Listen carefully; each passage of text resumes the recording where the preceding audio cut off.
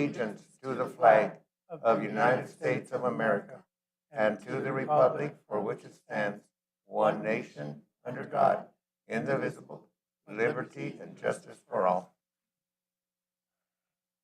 Good evening. As we gather here today in service to our community, let us take a moment to reflect on the values that unite us: respect, wisdom, and a shared commitment to the well-being of our city.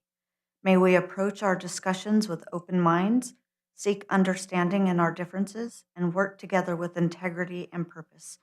May our decisions be guided by fairness and compassion, and may we always strive to serve with humility and dedication. Please keep the families in your hearts and minds as they continue to struggle through their healing.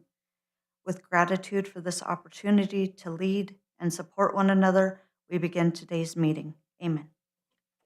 Thank you.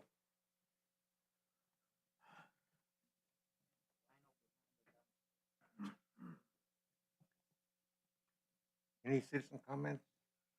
Agenda items, non-agenda items, either one? Okay, we'll close the regular council meeting and reconvene into a Board of Adjustment session. The Board of Adjustments variance request is the public hearing for the bungalow subdivision variance request. Jamie? Good evening, Mayor and Council. This is a request for the Board of Adjustment to approve or deny a variance request to Section 17.12.130B1 for the proposed subdivision, The Bungalows. Strategic goals are growth and development. The Planning and Community Development Department is in receipt of a variance application from EH Investments. The applicant is requesting a variance to the 30-foot width paving requirement for a private road and requests that the required paved width be reduced to 24 feet. The city engineering and public works staff has worked with the project engineers to discuss the issues pertaining to this lot and the cost of current pavement. All department heads have reviewed the plans and signed off. You'll notice that the next section of your report is the lot access requirements, followed by the reasons for requesting a variance, which are having to adhere strictly to the letter of this title will cause the applicant to have to pave 30 feet of access that will only serve the lots in this subdivision. It will not be used by anyone except the occupants of these lots and city services. 2, the street will not be used by daily commuter traffic. 3, the granting of the variance is essential to allow the development without causing costs that make the construction prohibitively expensive. The location of the 2 original lots makes this design possible. Number 4, the applicant has not caused the hardship. Notification of the variance request was mailed by the Planning and Community Development Department to the property owners within 300 feet of the subject property on June 2nd, 2025. The notice was posted on the subject property on June 2nd, 2025 as well. Notice of the public hearing was published on June 3rd, 2025. No response has been received. It is the staff's recommendation that the Board of Adjustment grant a variance from Zoning Ordinance Section 17.12.130, finding that it meets the evidence required in Section 17.88.040C, which is listed below. On the screen, you will see that Harmony Lane would be 24 feet from edge of pavement to edge of pavement. And you'll see that this comes off of 20th Avenue and 26th. With that, I will stand for questions, and the applicant is here this evening. Okay, and at this time, it is a public hearing. So does the public have any comments or that they'd like to express?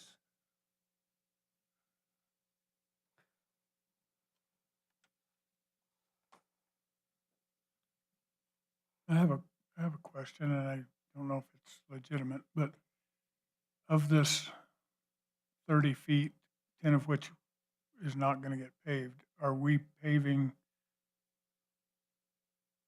I don't know how to ask it. Are we paving the big part of the curve or the tight part of the curve? So I can zoom in on this, and Mr. Henry is here. He can explain. Is this the curve you're speaking of? Yes. Okay, so he can explain the right-of-way width there and the pavement width. Yes, good evening. This is, it's 24 feet wide throughout, just a minimum width all the way through. So obviously your inside radius is 15, outside is 30. It's still 24 feet of pavement all the way through their parking areas. And this is a private drive, accessible only by residents there. And it's paved for the access of our sanitation trucks, because we will be collecting garbage, 300-gallon cans for each unit in there. 24 feet, just to give you kind of an idea. Industrial loop up there by my office is 24 feet wide. Meadow Lane is less than 24 feet. That's a private road. 18th Street is 24 feet of pavement. Standard is 30 foot, paved our standards. If this was accessing additional future properties, yeah, I would recommend we make sure it's our city standard, but it's only accessed by this parcel. Will our ladder make that corner? Yeah, the fire's already reviewed this as well. Okay. They have no issues with it. We've worked with the owner and their engineer on multiple renditions of this. It's been a long process. The original intent, they were going to come off 20th with multiple accesses. This is by far the safest option that we come up with together. I think it's a good alternative. I know that Copper Canyon has some issues with, of course, they're parking on those streets, but Yeah. that ladder will barely make some of those corners in there. Yeah, this wouldn't have any parking along the pavement. It's in the parking lot, and it's 24 feet through the parking lot as well between parking stalls. And because it won't have any parking, how does that get, because we don't get to enforce that, right? Is it really going to happen? Let's hope so. Hopefully there's adequate parking and they won't be parking on it. And it being private road, they maintain the road afterwards. Yes, Mayor and Vice Mayor and both fire chiefs have signed off on this design as being able to access it with fire apparatus. And you'll notice that on this section, required parking spaces are required to be 18 feet deep. They are providing 20-foot deep spaces, so that's 4 extra feet, along with the 24 feet of parking, of the drive aisle. So both fire chiefs have, the previous and current fire chiefs have signed off on this design. And Vice Mayor and Mayor, could you please repeat your question so I can answer yours separately? It's a private road. They put the road in. They put the asphalt in. Yes, They sir. maintain it. Yes, sir. Mayor and Vice Mayor, that is the reason they've asked for this reduced width because of the expensive installation. The only problem I have with it is eventually it's gonna be ours. It's gonna come back to us, the maintenance and everything else. Yes, Mayor. I spoke with the Development Department in Mesa, Arizona today, and she stated that pretty much every subdivision they're putting in the valley has these same lowered requirements for the width. And she said on the rare occasion that the city is asked to take it over, you can require before you take it over that they pave it to a higher standard and a higher width. So the city does have that recourse in the future, and Mesa has used that in the past.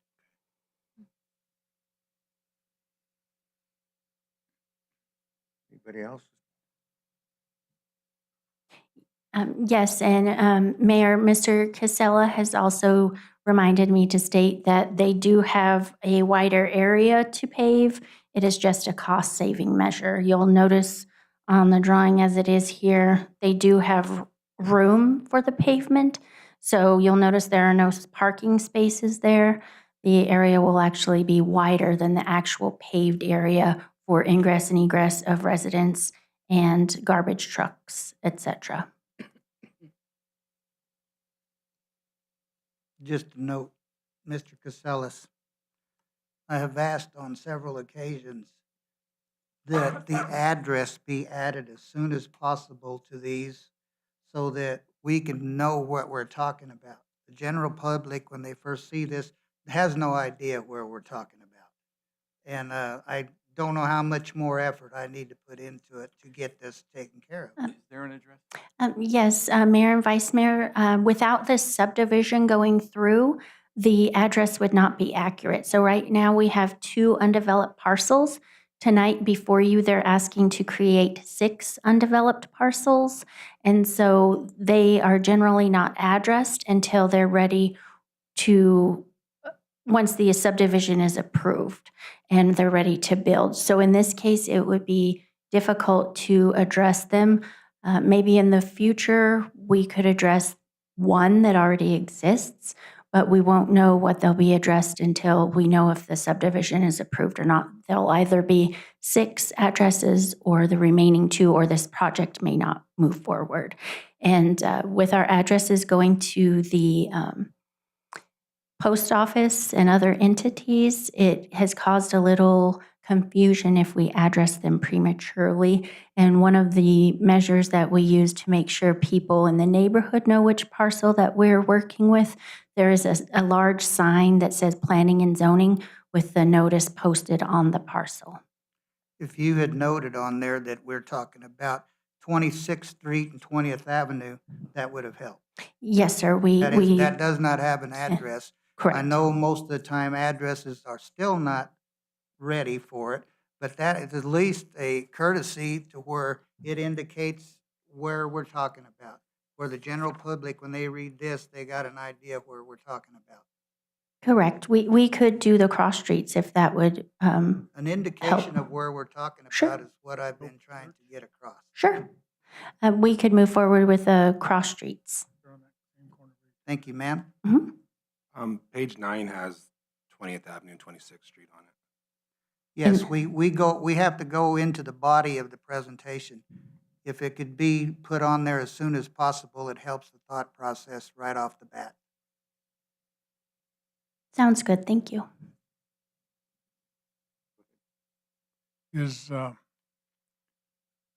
Do our street names get reviewed by dispatch and them to make sure we're not duplicating? Yes, Mayor and Councilman McGoy, we work with the county and the GIS department, and then she sends it through E911 as well to make sure that we're not duplicating any county names and not causing any problems with their systems. So what are we going to use instead of Harmony? That will work with them. We had to change one at the airport and one on another subdivision, and we just worked with the owner to discuss what it would be changed to. There is another Harmony Lane in the county. and Yes, that you can't use it twice. correct. And so we would work on that when we work on their addressing with them. All right, that's just a place filler then. Yes. Thank you. Anybody else? Go ahead. I just want to clarify, if it's not approved, this variance, all of these bungalows could still be built in those lots. And parking could still be there. Everything that is intended to be built could still be built in all of these. Yes, Mayor and Councilwoman Flores, it may or may not, that would be a question for the applicant to know if the project would still be financially feasible. They have the room for it, but with the cost of asphalt, they were looking at a way to still move forward with the project and it not be so expensive.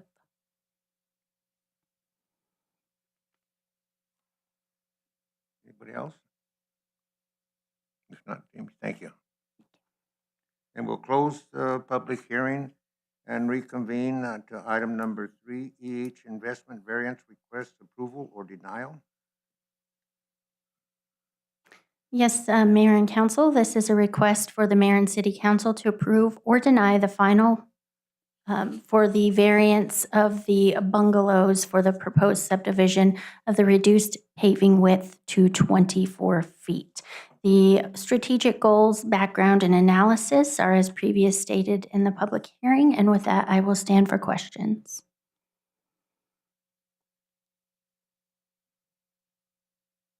No questions? Mayor, I move to grant the variance request for EH Investments. Second? Okay, we have a motion and a second to approve the variance for EH Investments. All in favor? Opposed? Thank you. Thank you. Then we'll close the Board of Adjustment session and reconvene back into our regular meeting.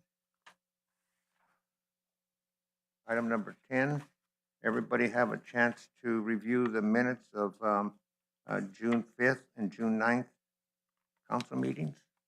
Any changes?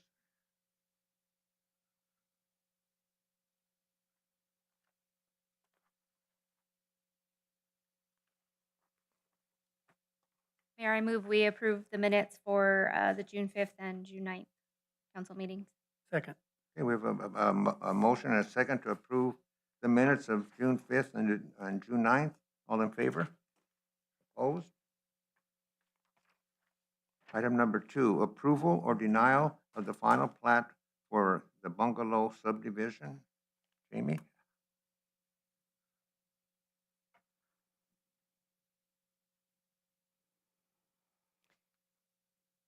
Yes, good evening, Mayor and Council. This is a request for the Mayor and City Council to approve or deny the final plat for the subdivision known as the Bungalows. And just for a little information, I was just able to speak to the applicant, and he has no issue with changing the name of Harmony Lane. He wasn't that fond of it anyway. Strategic goals are growth and development. Staff has been working with this developer since 2024 to bring a multifamily subdivision to the city of Safford. The preliminary plat was approved by the Planning and Zoning Commission on August 19th, 2024 by a vote of 6-1. The minutes from that meeting are attached. A public hearing has been held on the variance request for the width of pavement on a private street. And as noted, you did just approve that. The subject property is currently listed as Graham County parcels numbers 103, 02, 142, and 103, 02, 143. The property is currently undeveloped and located on the corners of 26th and 20th. The property is currently zoned R2, multiple family residential district. There is no zone change involved in this project. You'll see that the allowed uses are listed in your staff report, and the purpose and intent, the requirements on the final plat. The next thing you'll see in your packet is the signature page that all department heads have signed off on this project. And you'll see that the current fire chief has signed off, as well as all utilities. The next attachment in your packet is this final plat that I have on the screen. Staff recommends approval of the final plat for the bungalows as the plans conform to the requirements stated in Title 16 subdivision. And we have had the full plan set available for review in person or electronically. No one has come in to review those. With that, I will stand for questions. Anybody have any questions? If not, it's an action item. Mayor, I move that we approve the final plat for the bungalow subdivision. Second.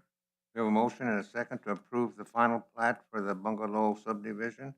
All in favor? Opposed? Thank you. And we'll move on to item number 11, ordinances. Ordinance number 025-007, Jewish rezone. Again, Jamie. Yes, you're so fast I didn't make it back to my chair. Staff is requesting a second reading and approval or denial of ordinance 025-007, an ordinance of the City of Safford, Graham County, Arizona, rezoning Graham County Assessor's Parcel 104-35136L. This is located on the corner of Relation and 20th. Goals are growth and development to pursue infill opportunities. The Planning and Zoning Commission and the City Council have held the required public hearings and a first reading of the ordinance. The Planning and Zoning Commission public hearing was held on May 19th, 2025, and the City Council public hearing was held on June 9th, 2025. No further response has been received from the public or the neighbors. Staff and the Planning and Zoning Commission have both recommended approval. With that, I will stand for questions, and the applicant is here this evening if you do have questions. Thank you, Madam Clerk. Any comments or questions? Mayor, I move that we approve ordinance O25-007. We have a motion, a second, to approve ordinance number 025-007. It's a Jewish rezone. All in favor? Opposed? Carries. Thank you. This approves ordinance number O25-007, Hewish rezone, an ordinance of the mayor and city council of the city of Safford, Graham County, Arizona, effectuating a map amendment rezoning Graham County Assessor's Parcel Number 104-35-136L from City of Safford R1-10 Single Family Residential District to C3 Light Commercial District. Thank you. Then we'll move on to item number 12, the resolutions. Resolution number R25-017, that's establishing court fees in response to the municipal court audit. Troy? Mayor, Council, Troy Bingham, the Finance Director for the City of Safford. I'm bringing a housekeeping item tonight. This is kind of just a clarification. We currently do charge these fees at the municipal court. It just, as they went through their audit, and because the City of Safford, the Town of Thatcher, and the Town of Pima joined together, we're kind of a unique court situation. So as they went through the audit, they noticed that not every one of the localities had adopted these fees. We still charge the fees, but now we're just officially going through the paperwork of adopting these fees. So the two fees that we're trying to adopt today are a $50 diversion program fee and a $25 return check fee. And these have been noticed for the last 60 days. I put these out in April 24, 2025. They've been out for 60 days. We've received no comment about them. So now this is our chance to actually do the resolution to formalize them into our actual user fee user fee rate study or whatever it is, that schedule that holds it all. So as I said, this is a housekeeping item. We currently charge this. The $50 does come back to the city. $25 also comes back to the city based on what cases actually receive these fees, if they're related to the City of Safford. So with that in mind, I stand for any questions. And Sir, who requests the audit? so the audit is requested by the court system, I believe. It's done above Mary Aiden's head. It's actually done by a state official that requests audits of all the municipal courts around the state. And we all share in the cost of the audit. Yeah, it's a unique situation where everyone has to pay her the fee to do that 3 times over, but it's really done once. Okay. Yes. And this is mainly just the court fees you're talking about, because in some of your the other notes in here, it has the swimming pool fees and things like that. Correct. That is our current schedule. I was just showing how we're amending section 10 of it and adding these 2 fees to specifically section 10. But yes, that is currently our user fee schedule that we do go off of for charging all fees throughout the city. It's about 26 pages long. That's already taken care of. It's not part. That's not part of this. It's just letting you know that we're adding to that. Okay. Sorry, Mayor, Vice Mayor. Anybody else? Mayor, I move that we approve resolution R25-017. Second. Okay, we have a motion and a second to approve resolution R25-017, establishing court fees. All in favor? Opposed? Thank you. This approves resolution number R25-017, a resolution of the mayor and city council of the city of Safford, Graham County, Arizona, adopting a change to the city of Safford rates and fee schedule. Thank you. Then item number 2, resolution R25-018, compensation plan for special events pay. Good evening, Mayor and Council. This request seeks approval from the Mayor and Council to adopt Resolution Number R25-018, which establishes special events pay provisions within the current compensation plan. A little bit of background: special events pay is typically issued at time and a half, as these events are held on weekends, requiring employees to work overtime. However, in some cases, employees who have taken sick or vacation hours during the week may not meet the threshold for overtime pay when working the event. This has led to staffing challenges for managers, as certain employees are unable to receive overtime for their special event hours. To address this issue, the request is that all hours worked at a special event be compensated at time and a half, regardless of sick or vacation hours used earlier in the week. Staff recommends updating the comp plan to include special events pay provisions at time and a half. While a council member proposed double time pay, the time and a half rate aligns with existing pay provisions in the compensation plan and is believed to meet the need for staffing the events. So we did have discussions with the management team, and being that this is kind of isolated to employees that have used sick or vacation hours during the week, we took a more conservative approach with time and a half. But that can certainly be amended if the council feels like they still want to go with double time. So I was the one who originally had recommended a double time. I looking at the compensation plan as a total document, and our I believe that to be equitable, we want to have callback time for everyone at time and a half, so I can understand the reasoning behind Mhm. having it that Right. to that. I do want to say though, I think that we put callback time under a premium pay, Mhm. and in my opinion, it's really not a premium pay Mhm. because most of the time when an employee is called back in, Mhm. they are already working overtime. So they are already getting time and a half Mhm. and that's required by law, right? So in my opinion, it really is not a premium pay. So I am okay with how the compensation plan is written here, but I would like to suggest during our next budget cycle that we consider callback time to be a premium pay of double time. I think when employees have to come in for callbacks, utilities, whether it's utilities or for the events, a lot of the events fall on holidays. And so these employees, we're taking their time away from their families. And so I think we should consider at our next budget cycle, perhaps making this double time for callback and really making it a premium pay. I think um, to provide exceptional service, we need to have exceptional employees. And to hire and maintain exceptional employees, we should have an exceptional compensation plan. So, Certainly. Mayor, Councilmember Flores, I agree with everything you've said. That's certainly something I'll make note for us to bring back with the next budget cycle. Anybody else?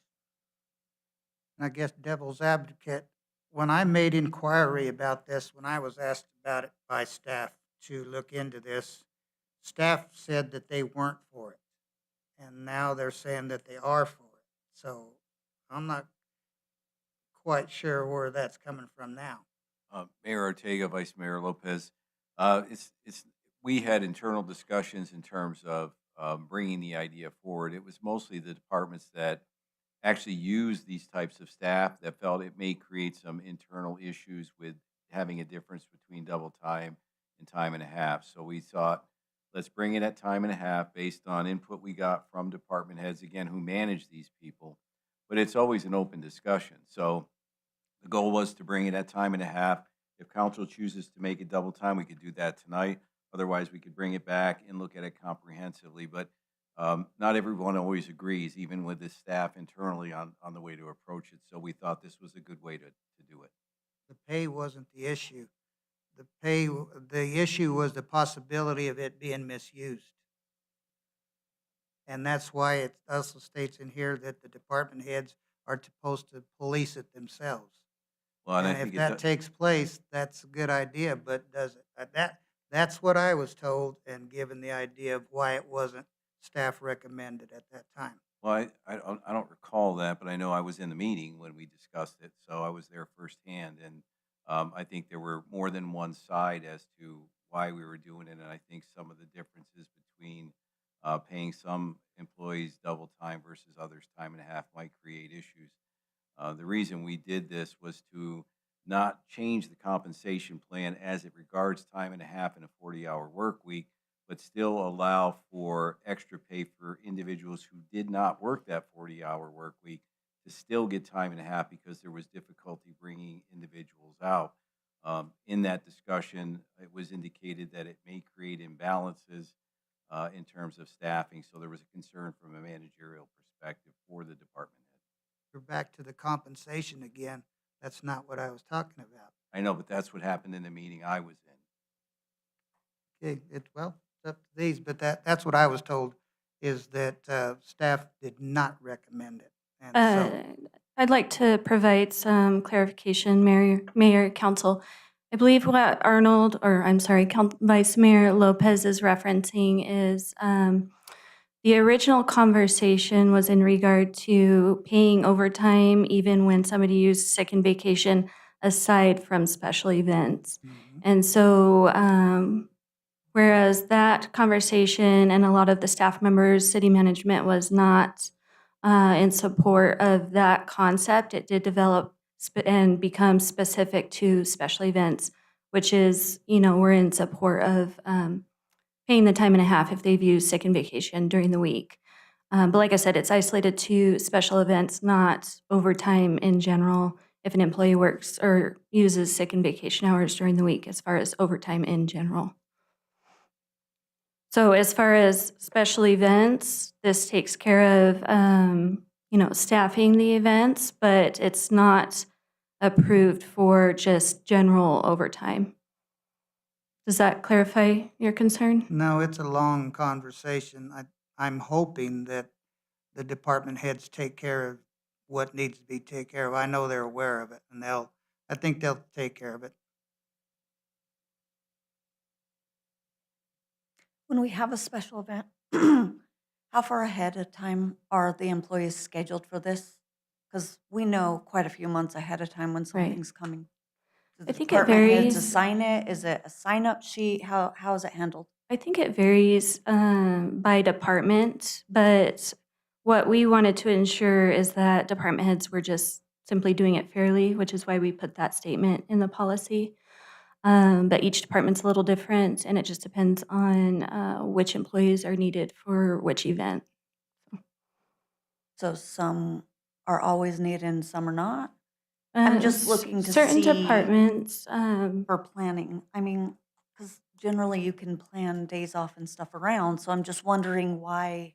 Right, right. And so hopefully with this new policy in place, it does, department heads have a tool to be able to avoid the sick and vacation. So this situation doesn't happen very often, but it still does come up, especially more so with the sick hours than the vacation hours. So a lot of times the sick hours are used because something has come up that was unexpected, and then there's the staffing issue for the special events, but not as much as far as the vacation hours used. Mayor and Councilwoman Ratner, to answer your question, we have a special events meeting every month, and we sit down and go over the upcoming special events. And at that time, if there's a parade coming up, then we obviously have our streets crew lined out to man the parade. As far as the street closures, if we've got dumpsters out there, we have sanitation crews that are, coming out to dump dumpsters. So it depends on the event, like Danielle said. But the problem we were running into was if we had an event, say a Friday parade, and I've got people scheduled to work Friday, but somebody's sick Monday or Tuesday, they're no longer getting overtime for Friday. It becomes, don't use your sick, and you get regular time for that Friday workday. That's what this policy is fixing. To where if they work a special event, if they were sick or vacation Monday, Tuesday, I can still have them work on a Friday, Saturday for an event and get overtime. This fixes that. This helps. So just as a point of clarification, Councilwoman Flores, are we looking at double time for all call out, not just special events? Is that? Yeah, I like the idea of having double Okay. time for all call out. And Okay. I think part of Councilwoman Bratner's question is alluding to if it's planned, do we really need to pay a premium for it? But I still think these are, they're planned, but these are holiday times that these employees are having to plan around. And I think if we're going to pay them a premium pay and say premium pay, let's make it a premium pay. So that's my opinion on it.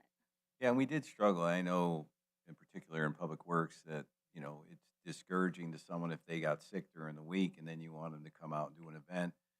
They wouldn't qualify for time and a half because they hadn't worked 40 hours, right? So this was a way for us not to alter the overtime pay being based on a week, but still allow those who got sick to come out during a special event and work that event and get overtime.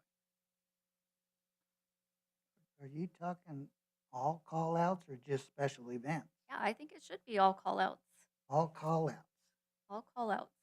Even if they're scheduled, like let's say the power goes out, I Power mean, goes they're out, on that's a call. call out. That's not That's not scheduled. So you're talking Their a hours are scheduled. Monday through Thursday, and they get paid their hourly rate. Anything outside of that that we're calling back in to do, I think we should pay at a premium pay. But we've got, like, they're on call 24/7. So that's not something special. They're aware they're gonna get called out in that 24 hours, so I don't agree with paying them double time for that. And that's Mayor, probably a That's part discussion of the- Mayor for Ortega, just, it's, this subject's not on the agenda, so I would avoid discussing it, please. Stick with the special events. Yeah. Okay? All call-outs would have to come on a different item. Yes, sir. There, we're talking about special events. Special events, Okay. please. And so based on the request, we'll bring it back so you'll have a chance to discuss it. Oh, I'm for double pay. I don't. Is there a reason why we can't do it tonight Special event. for special events? You could amend. I mean, like Councilman Flores said, I mean, it's, Just want to explain something as far as special events. I've never had a problem manning a special event. That was what was brought up in the previous discussion with, previous meeting was if we paid double time, we could man it. Now, police has a different way of doing theirs, but my problem was manning it if I had any time off during the week. The guys work it for time and a half all the time. Well, what we get into a tricky situation is I've got scheduled, not special events, I've got scheduled free dump weekends where guys work free dump weekend. If they work Saturday on a free dump weekend and they get sick on Tuesday, they don't get overtime for that Saturday that they worked already for our policy. So that's where I run into problems. If you're going to do double time for certain things and not others, what classifies what you're going to pay double time for? If it's a scheduled event, like scheduled free dump weekend or a scheduled 4th of July parade or whatever it is, that's where it gets a little bit convoluted. It needs to be, I think, one or the other. so we're fixing it because people were getting sick or taking Yep. time off during the week. Yeah, if they were sick during the week, then I can't get them to work. And then the other issue is if they worked Saturday at the start of the pay period and they got sick on Wednesday or Thursday, most of the time they come to work sick and get everybody else sick because they don't want to lose their overtime. That's the problem. So, This is the issue that I was talking about, this, what Mr. Henry just talked about, not the compensation. Because if they don't have 40-hour weeks, they don't get paid for overtime.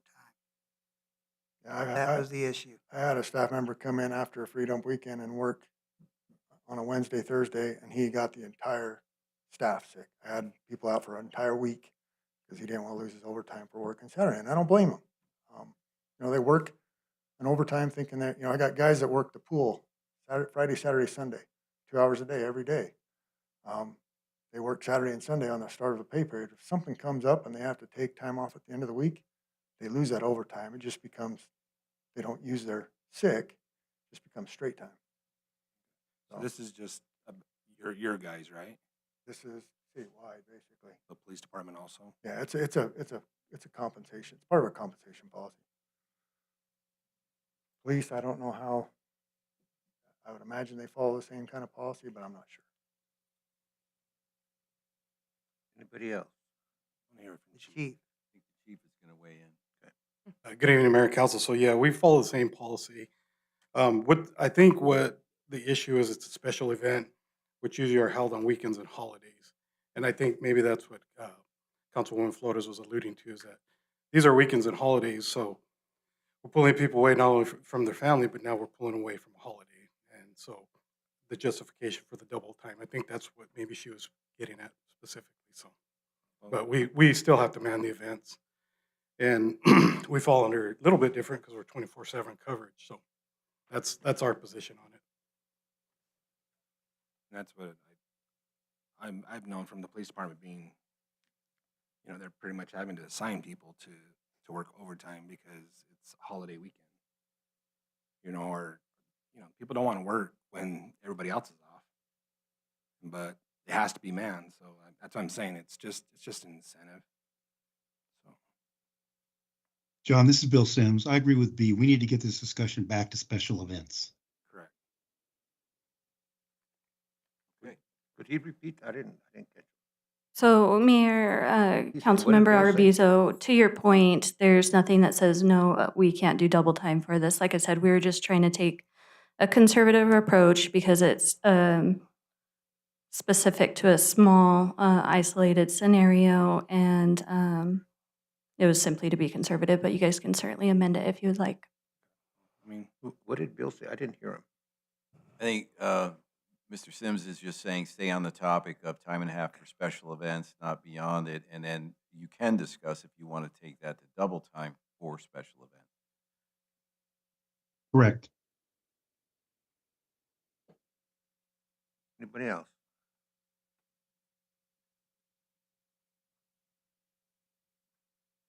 Mayor, I move that we approve Resolution R25-018. Second. Okay, we have a motion and a second to approve Resolution R25-018. It's a compensation plan for the special events pay. All in favor? Opposed? Thank you.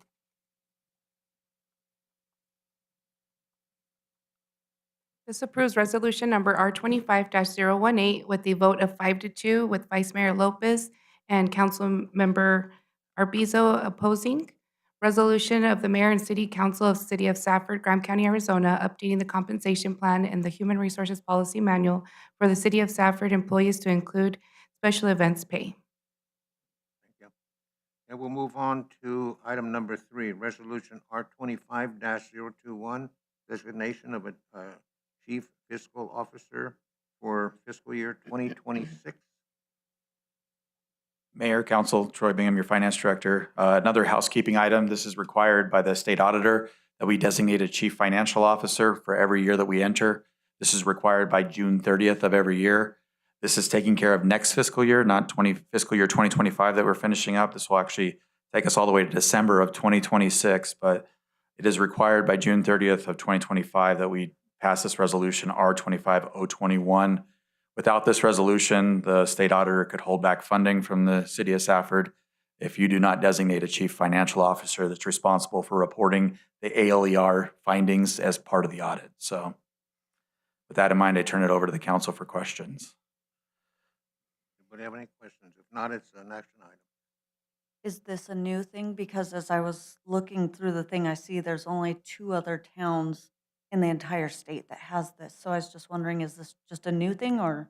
I've done this for the last 3 audits. I was fiscal year 23, 24, and 25. So most every town passes these that I'm aware of. So I don't know why there are only 3 maybe posts that they do, but it's required by everybody. So, and the auditor actually sent me notice that I hadn't complied with this next fiscal year. So I'm just getting caught up with what the auditor said us.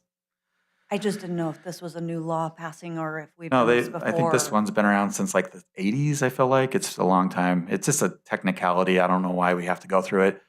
If I wasn't here, you'd have to go pass a new resolution for a new chief financial officer, which I came in late in 23 and I ended up becoming the finance officer for an audit that I didn't even participate in. So We've done it every year since I've been on council, and I think we've even designated John when we were having, yeah. Yeah, we did it. When we had We've done it gaps in multiple our- times, but it was before we Right. were on council. But this happens every year. So it has to have the title of Chief Financial Officer in order to do it? I think it brings in the city of Safford or like the big places like City of Phoenix and City of Mesa. They have chief financial officers. So it's just the most responsible person for finance in your community, which I guess I am your person. And it's just for a year because it's not the establishment of a new position. No, it doesn't make me a chief financial officer. It just says that I'm responsible for all things audit when it comes to the ALER and reporting. The term of art. Yeah, I thought so because I too looked at the book from the League of Cities and Towns and 2 out of 10 didn't even have the title of chief. So, Yeah, so it's a boilerplate resolution that they actually create for you. So I didn't even come up with this. This just comes from the state auditor's office. and that's why we go a year at a time. Yep, every year and about this time, you'll see me come back. Anybody else? If not, it's an action item. Mayor, I move that we approve Resolution R25-021 to designate Troy Bingham as Chief Fiscal Officer for the city of Safford. Second. We have a motion and a second to approve Resolution R25-021, designation of a chief financial officer. All in favor? Opposed? This approves resolution number R25-021, a resolution of the City of Safford, Arizona Mayor and Common Council designating the Chief Fiscal Officer for officially submitting the fiscal year 2026 expenditure limitation report to the Arizona Auditor General. Thank you. And we'll move on to item number 4, Resolution R25-022. It's an amendment to the minimum operating standards for the Safford Regional Airport. Good evening, Mayor and Council. This is a request for Mayor and Council to adopt the aforementioned Resolution R25-022, adopting the amended minimum operating standards for the Safford Regional Airport. Background: on June 9th, at the last council meeting, City Council adopted Resolution R25-016, creating a proprietary exclusive FBO at the airport. At that time, there were comments from council requesting clarification on the update to the minimum operating standards, which this item will now do. As part of the transition of FBO services and the establishment of a city FBO, updates to the airport's minimum operating standards are required. These updates accomplish the following. They remove standards for private fixed base operators and note that the city is the exclusive full-service FBO at the airport, and they establish standards for limited FBOs who provide fuels and ancillary service. And we do recommend that Mayor and Council adopt Resolution R25-022. And you'll notice we do have a clean version and a red line, and the changes are on pages 18, 19, and 20 of the minimum operating standards. And I will stand for questions. Go ahead. And we do have what's required for us to be a full-service FBO? Mayor, Vice Mayor Lopez, yes, and we've been operating for 3 weeks now. So we are a full-service FBO now. We have all that's required, because Yes, some sir. of these didn't look like we did, but We do. let me go back. Anybody else? If not, it's an action item. There's still more questions, sir. So we did get that it's for 5 years. Yes, so That's the limited. that's the Okay, limited all FBO. right, That's another one- agenda item. That's the one we'll talk about later. Okay, I'm good. Mayor, I move that we approve Resolution R25-022, amendment to the minimum operating standards for the Safford Regional Airport. Second. We have a motion and a second to approve Resolution R25-022. It's an amendment to the minimum operating standards for the airport. All in favor? Opposed? This approves Resolution Number R25-022, a resolution of the Mayor and City Council of the City of Safford, Graham County, Arizona, approving the amended Safford Regional Airport minimum operating standards. Thank you. And we'll move on to item number 13, contracts and agreements. Number 1, intergovernmental agreements, IGA between the City of Safford and Graham County for dispatch and animal care services. John? Good evening, Mayor, members of council. First, I wanted to make note that the signature lines on the 2 agreements are outdated. In the case of the chairman, it should be Clay Mack. In the case of the chief of police, it should be Chief Avila. In the case of the mayor, it should be Mayor Ortega. So there was some leftovers from the previous version, so I just want to make clear we'll have to change those when we sign them.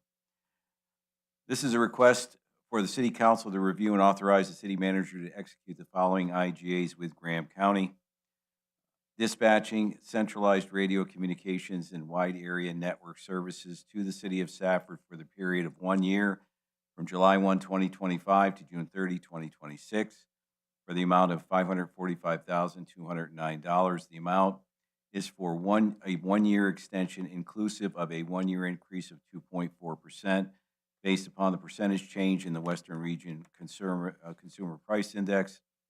The 1-year extension will continue the full year unless either party notifies the other party of its intention not to renew at least 180 days prior to the expiration of the extension term. Animal control shelter to the city of Safford for the period of 1 year from July 1, 2025 to June 30, 2026 for the amount of $74,726. The amount is for the 1-year extension inclusive of a 1-year increase of 2.4% based upon the percentage change in the Western Region Consumer Price Index. The 1-year extension will continue for the full year unless either party notifies the other party of its intention not to renew at least 90 days prior to the expiration of the extension term. So the original agreements that were done were for 3 years. That 3-year term has expired. The contract allows for 2 one-year extensions. So this is the first 1-year extension of the 2 that are available. Staff is recommending approval.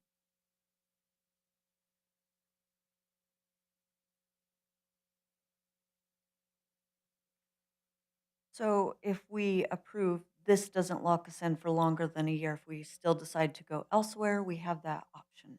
Correct. Okay. I just want to make sure that we're not locking ourselves where we cannot make changes. We are not.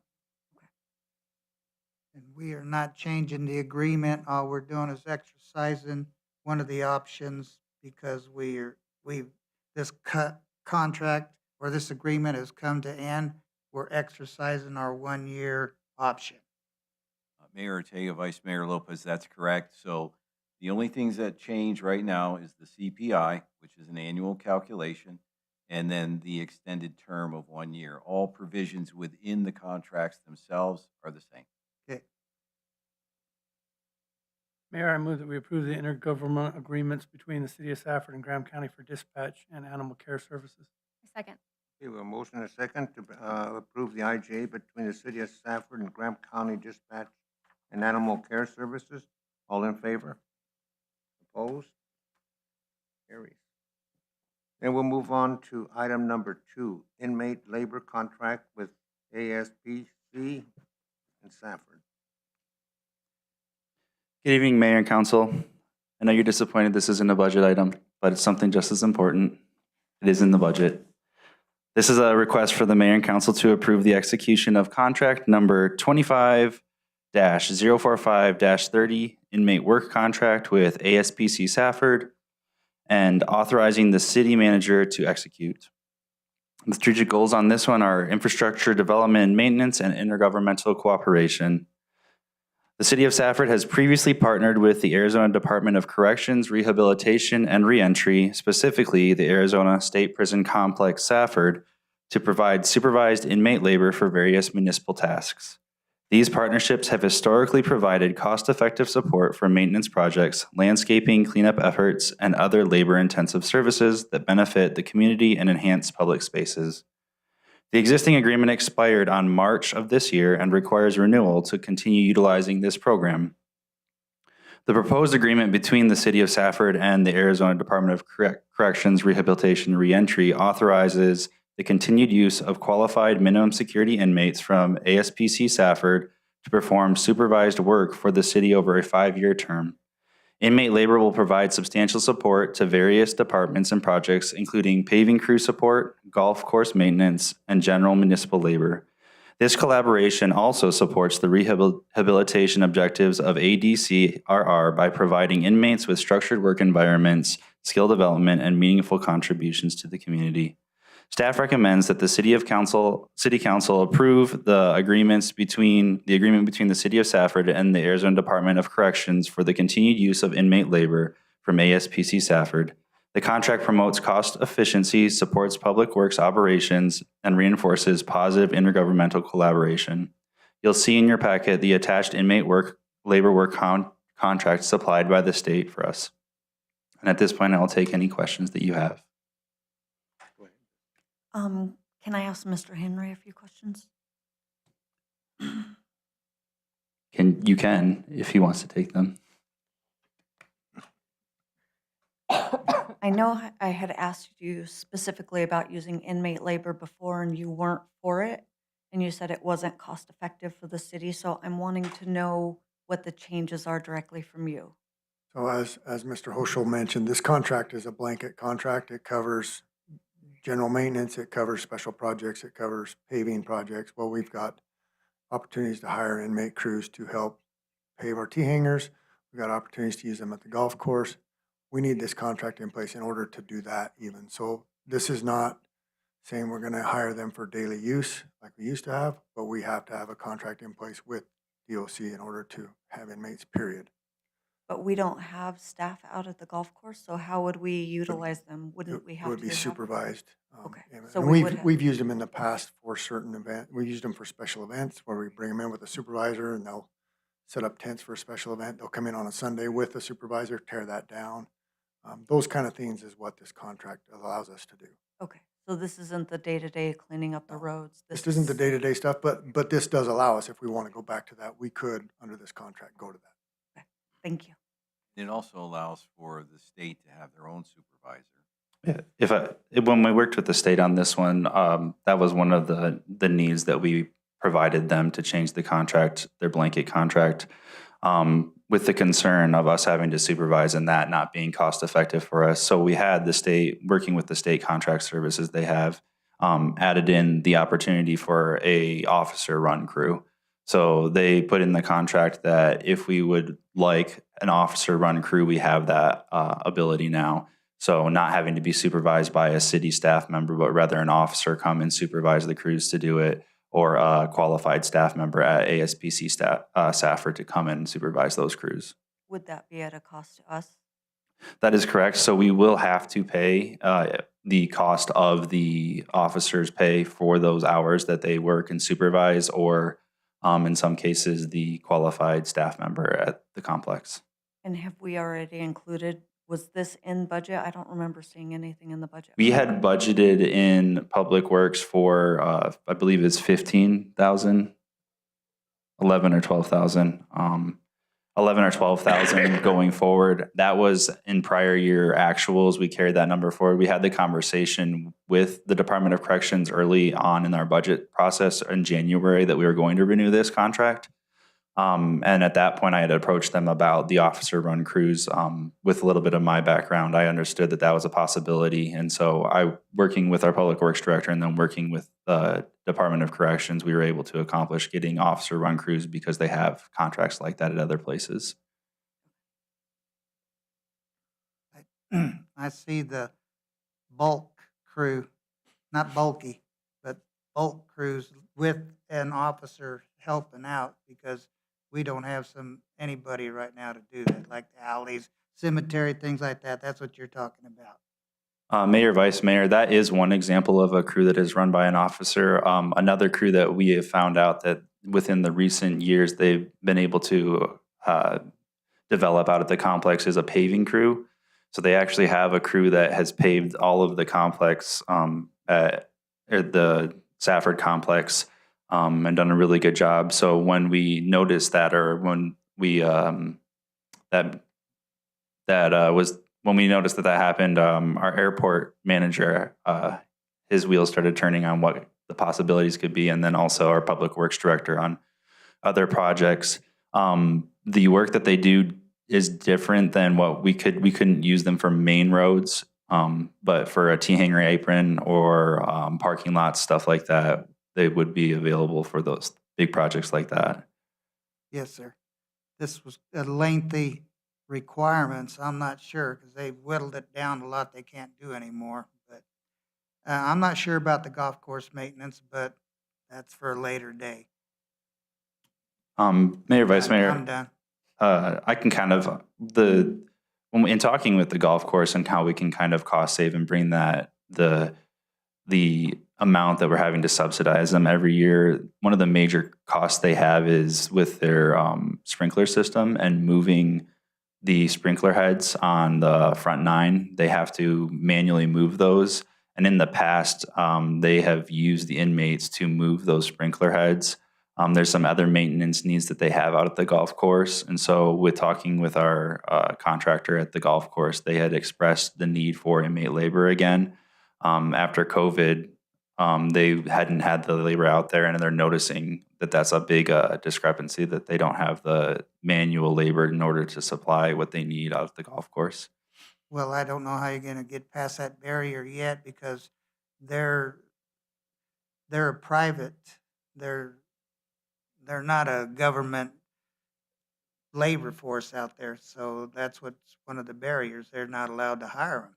Again, in the contract, if having an officer-led crew, the officer would be able to supervise them. The contractor wouldn't be the one supervising them. And so when working with our parks department and the golf course, and then also the officer who supervises that crew, we would be able to come up with a work plan for those inmates at the golf course.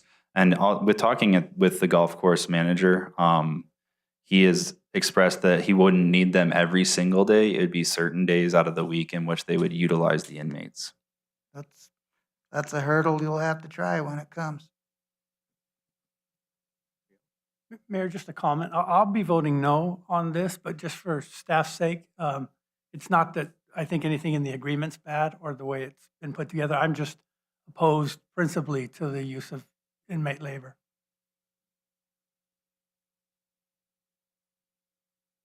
Anybody else? If not, it's an action item. Mayor, I make a motion, we approve the inmate work labor contract with ASPC Safford. Second. Okay, we have a motion and a second to approve the labor contract with ASPC Safford.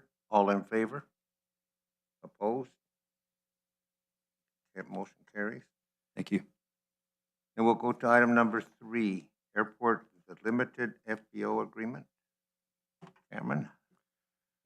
Good evening, Mayor and Council. This is a request for Mayor and Council to authorize the airport manager to enter into a limited FBO agreement with Ponderosa Aviation. The strategic goals for this item are growth and development and financial management. Background: for over 2 decades, Ponderosa Aviation has acted as a fixed-base operator at the airport. Ponderosa ceased operations as an FBO on May 30th, 2025, after which the city began to operate the FBO under the name Salisbury Aviation. While Ponderosa no longer wishes to be a full-service FBO, they have requested the ability to perform limited fueling services as part of their overall business model. As a limited FBO, Ponderosa Aviation would be able to provide fuel and associated line services to their own aircraft, transient aircraft coming into the airport for maintenance at Ponderosa's facilities, and aircraft under management contract with Ponderosa Aviation. This arrangement will permit Ponderosa to continue to operate and provide services for long-term customers, while also providing additional revenue for the airport and ensuring a seamless transition of FBO services. Staff has engaged in negotiations with Ponderosa over the last several months, and we have drafted a contract agreeable to staff and Ponderosa, and that is attached, and we do recommend approval. At that time, I will stand for any questions. So they're able to fuel if they're under contract with someone, but does that person have the ability to come, or are they contracted only with them? So Mayor Ortega, Councilwoman Brandner, no. So no entity on the airport can create a monopoly. We have federal grant provisions that require that the only entity that can actually create a monopoly on the airport is actually the city, which we did with that proprietary exclusive resolution at last meeting. But Ponderosa cannot create an environment where, under this agreement, where they require that that operator can only come to them. The reality for this is that that's a very small subset. There's a very limited list of those aircraft that's included in this agreement. They're under written agreement, and to be honest, on weekends, Fridays, they would still more than likely come to the city, or after hours, they would use the city self-serve pump. They have that option primarily because most of those aircraft have been receiving service from Ponderosa for 20 years, and they represent a very minor revenue stream for us. It's more that Ponderosa wants to provide that service to their customers. For some of those aircraft, the ones that, I think the last meeting you had a list of the tail numbers. Mayor Ortega, yes, it's only those aircraft. So the aircraft they'll be able to fuel are their own aircraft, which from a legal perspective, an airport sponsor can never restrict the ability of an operator on the airport to sell fuel, so long as they comply with, we have enough space on the airport, we have the ability for them to do that. We have to allow them to sell fuel, which we're allowing them to do, and then also ancillary to that, which will be a relatively minor portion of their business, is fueling aircraft that come to them for service, and that very limited list. On the cost of the 21,985, is that minus also the 14,000? Mayor Ortega, Vice Mayor Lopez, no, that's after the 14,000, so it's 36,000 minus the 14,000 for utility credits. And the hardware, software, whatever you call it, we're going to get for our customers, and the self-serve, is that stuff up to date? Or as soon as we get it, we're going to have to get new stuff? Mayor Ortega, Vice Mayor Lopez, we actually already have access to that. Ponderosa has actually already given us access to that, and it's operational, and that system will not be obsolete for at least a decade or more. We currently have the ability now. Yes. Okay, because I think a week ago we didn't. We got it operational this morning. Okay, sir. And is the other side in agreement with this now? I apologize, can you repeat the question? Is Ponderosa in agreement with this now? Mayor, Vice Mayor Lopez, yes, and they'll be signing tomorrow. Okay, then just making sure, because we kind of had a stumble. Yes, absolutely. But no, they've reviewed this several times and they're in written agreement with us that this is an acceptable term. I didn't see any changes, and I tried to compare what we were given before to this. Is there any changes that we need to be made aware of? No, there was, well, I take that back. There was one very minor change, and it was a point of clarification. We changed one of the articles, spelled out that they're not an FBO. We had to say that they're not a full service FBO because we're clarifying that based on the minimum operating standards, but everything else is the same. And I couldn't find it again, but I thought down on the bottom of one of them, it said that you could make agreements and change just about anything, just you. Is that the case, or? Mayor Ortega, Vice Mayor Lopez, no, this is a written agreement, so it would have to be amended. And it would have to be amended by mutual agreement of both parties and would come back to council at that point. No, you can make changes and stuff for us without us approving stuff. Is there, you can do anything out there without our approval? Is that in there? I don't believe so. Okay, just making sure. Cameron, And I like what you're doing, but No, when I hand this over, I want to make sure that's there. absolutely, sir. Good. Go ahead. if the list of aircrafts that they provided changes, you can do that on your own and amend that. Like, that's not going to have to come back to council. Is that correct? I believe so. I believe that would be an amendment to the list, and they would be required to provide a contract. In fact, there's one aircraft that in the next 6 months may be sold, so that aircraft be removed from the list, things of that nature. That's more of an operational item that would take place. So it would not come back to council. That probably would not. That'd be a future discussion with myself and the manager. Anybody else? Mayor, I move that we approve the limited fixed-based operator agreement with Ponderosa Aviation. We have a motion and a second to approve the limited FBO agreement. All in favor? Opposed? Okay. Then we'll go ahead and close the regular meeting and reconvene into a work session. So we take a 5-minute break? Okay, 5-minute break.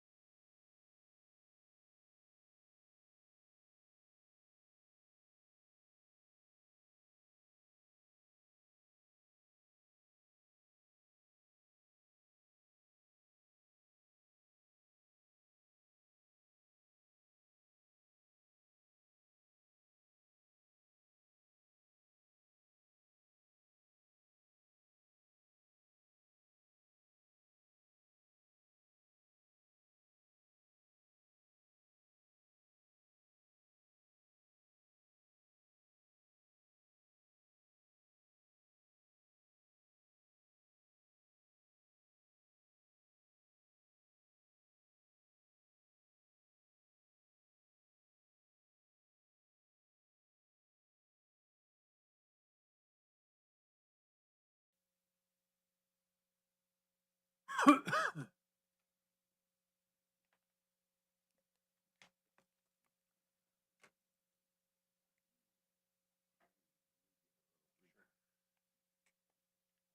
didn't get the 2-minute warning. Okay.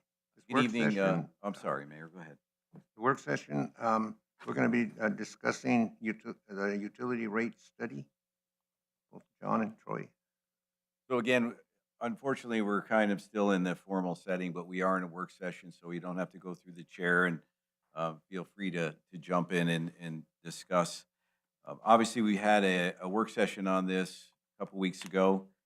There were some conversations, there were some questions and recommendations on certain aspects regarding the rate study in certain areas, particularly the landfill and sanitation, and there are others. And so our vendors here, Cynthia Mormile with MSW and Jason Gray with Wildan, they will be making the presentation again. It is presented in its entirety. However, they will be trying to focus on those areas where there were changes. At any point on any slide, if you have questions, please feel free to jump in.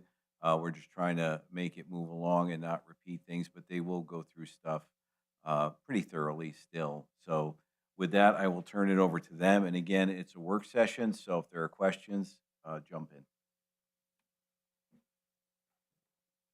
Thank you, Mr. Casella. Again, my name is Jason Gray with Wildan Financial Services. We're the prime on this project for a comprehensive utility rate study. As the city manager mentioned, there are a lot of the background slides we'll go through relatively quickly, but we did want to include them in a regular council meeting packet for the benefit of the public, and just try to focus on the primary changes that we've developed since the last time we met a couple of weeks ago. So with that, I'm going to ask Cynthia to come up to talk about the sanitation and landfill components. Good evening, Mayor and Council. I think we met you at the previous work session, so we'll move right along. We did try to include, again, as a reminder, the benchmark communities, and that your rate that you're charging is lower than all of those at the current time, except for the Blue Hills Regional Landfill, which is part of the north. And then on the residential side, that your rate is a little bit higher than Thatcher, but you have bulky curbside collection in addition to the carted garbage collection. So just some key highlights on those, that your rate is still, when we look across the country, relatively low, especially for twice a week collection. So as a reminder, the revenue needed projected revenue for the landfill side, as you can see, it continues to grow as most costs do over the years, and we did have a CPI built in. And the full cost per ton was $49.03, which was incorporated into the analysis with regard to what the landfill needs to break even. And as we pointed out in the previous time, that you are a substantial provider to this region in the landfill respect, so it's a very important asset that serves the region. And you are your big, it's very important that you take care of your own sanitation. So you're providing it for others, and they provide, I think it was 80% or so of the waste that goes there comes in from others out of the 20%. So when we look at the sanitation cost, you are not gathering enough revenue to cover the combination of the curbside garbage cart with the bulk curbside collection. And in the commercial, the FAR 3 comparisons are all commercial collection, and they are not covering their cost. So then when we went into rate design, we have come back to this meeting with 2 different scenarios discussed with staff. And in both of those, the landfill tip fee to out of city and to out of county are the same as in 53, 54, 55, 56, 57. And then for out of city, but still within the county, and then the out of county, an additional $10 higher than that. But the changing items between the 2 scenarios are your curbside twice a week collection in scenario 1, starting at $21, or scenario 2 starting at 20, but then having a bulky curbside collection per trip fee. And in both of those, the difference also in the amount of the tip fee that you're paying the landfill, that sanitation pays the landfill. So the non-city, like out of city and out of county rates are going to be more than what the actual full cost per ton is on the landfill tip fees. And that helps balance out the lower amount that sanitation would be paying in order to keep these residential fees lower. So, and a second cart tip fee on scenario 1, second cart to have that is $10 a month versus $15 on scenario 2. So there were the recommended miscellaneous landfill fees that we've tweaked some since we were here and got your feedback. So I don't know if there's any of those that you had particular question about, but you can see there some increase. The 25% add-on for the closure, post-closure goes away, and it is no longer an add-on item, but then some of the rates are higher than what that would have been already for the effective fee. But we do believe an industry standard is having that special handling fee when the landfill is required to dig a special hole, takes extra time than what it would normally take to deal with a truck, just a regular typical customer. So that $150 is a recommendation on the tip fee to be added to the special handling for several of those materials. So the commercial, I believe these were the same rates we had before. We just show them in a little different perspective with the recommended percent increase being to the right, whereas we are getting the right sizing of the rates to balance out with the cost of collection and disposal to be wrapped in. And then they want to remain competitive with Vista, which is the other primary hauler here in the area. And then unsubsidize the commercial services because you don't want your residential customers typically offsetting commercial fees. Sanitation recommended year 1 would be as shown on the left compared to Vista there on the right in this slide. And you can see only in 3 cases on the 6-yard that those are currently already a little higher than Vista. So no increase there, but every other rate is an increase and stays below what Vista is already charging. And that would assume for years 2 through 5 that it would increase 5% more each year. So then we have the detailed cash flows comparisons, which I know you have that in your packet. It's harder to see there if anyone had any questions. The goal was to balance these expenses and revenues out to keep a substantial, not a substantial unrestricted fund balance, but enough to prepare for the future of the landfill. Even though you've got your required minimum fund balance for a landfill that's got a very large capital expense to do a lot of their projects. Their pieces of equipment cost $1 million, a lot of them.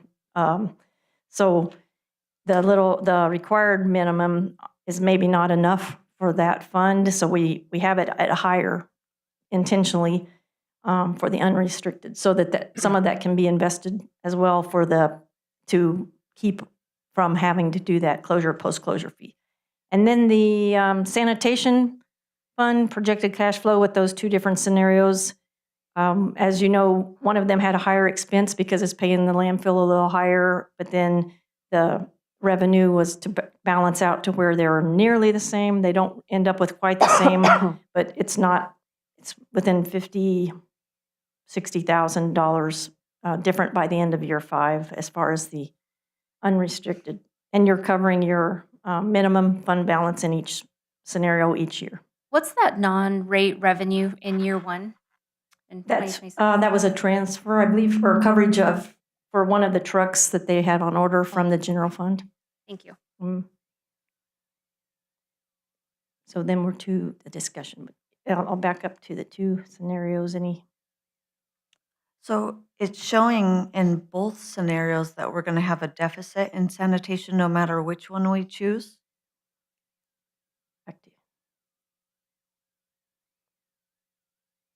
So just on a year-by-year basis, but we look at the bottom restricted end-of-year balance. So that's just on expenses over revenue for that particular year, but you are still maintaining your end-of-year required balance.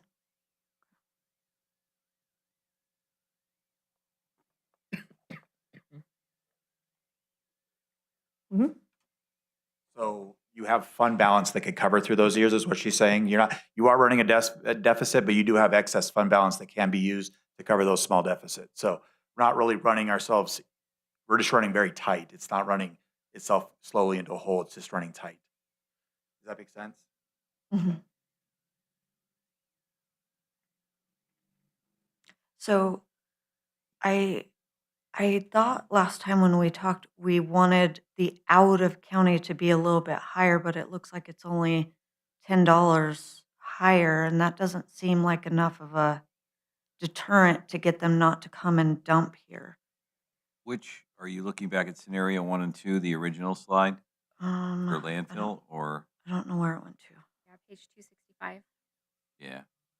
I'd like to see like the out of county a little bit higher because we want to encourage them to use their own county dumps, not be coming and filling up ours.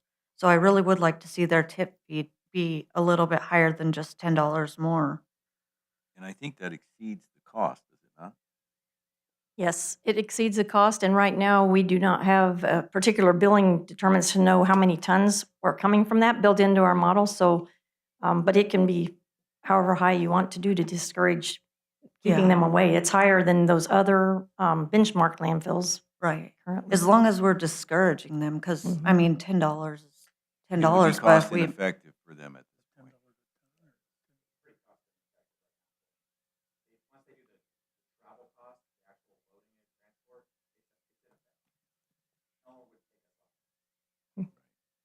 and is that 53 per ton or just, that's just the initial visit? Okay. So per ton. So if they're coming down from Greenlee County dumping off, they're gonna pay $63. And so, just to kind of look at those two scenarios, just kind of take this in chunks, right? One of the discussions that we had in the last session had to do with the cost for the extra cart, and it also had to do with the bulk collection. So that's kind of what was emphasized here. Um, is there a particular scenario from scenario 1 to 2? Because as you can tell, there's no charge for the bulk in scenario 1. There is in scenario 2, and we did raise the cart fee in scenario 2 as well. So that would be kind of where we start. Either scenario will give you a fund balance. Is there a scenario where our residents don't get any change? They continue to get their current services and the remainder of what we need is made up from outside the city? I think that's really scenario 1, is it not? Well, the scenario 2 starts out the nearest to what they're paying right now, the 1986 on the monthly charge at $20, but then it's built in and $1 increase per year. And the other one, scenario 1 is about a little over $1.14 to start with. So none of just- these currently show that. Are you saying no increase for I that? just want to take care of our city residents at the littlest. I mean, if we have to increase, we have to, but I think we can make that money up from outside and not affect our residents. Scenario 2 has a 14-cent increase for year 1, I could probably and then swallow the that. calling, so much per bulk. But then scenario 2 has the bulky trash at 25. If Mhm. we did like Yeah, a no, third scenario, we could keep it the same with no bulky, right?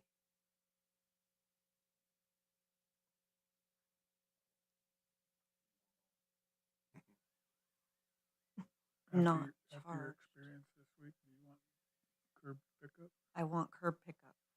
In our local paper, someone posted, I have a refrigerator I can't get rid of. I need someone to get it. Someone responded, just put it out by the street. The city picks up everything. I was like, are you kidding me? A refrigerator? Didn't we just talk about this? So again, with You the, pick up the refrigerator, and Lance, correct me if I'm wrong, but unless there's refrigerant in it, we will pick it up. If there's refrigerant, then there's a fee. we won't pick it up. And brought to the landfill to take. So they would have to do that themselves. But how long would it sit there before someone just goes and gets it? Right.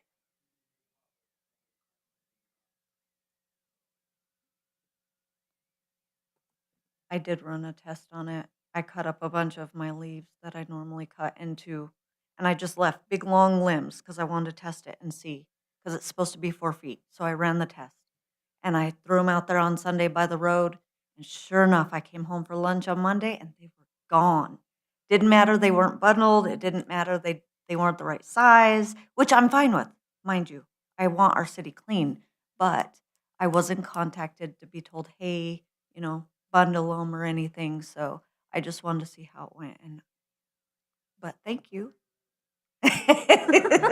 So do we your charge, trucks. I was do we gonna- charge, Lance, if we go and pick up at a location like that? Do we bill them, or there's no bulk right now?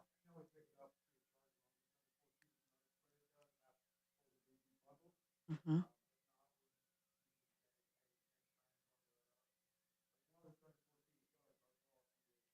Pick it up. Do your trucks have a sticker? A lot of communities have a sticker in the truck, and if it's out of how it's supposed to be put out, they'll just mark what's wrong with it and stick it on part of it.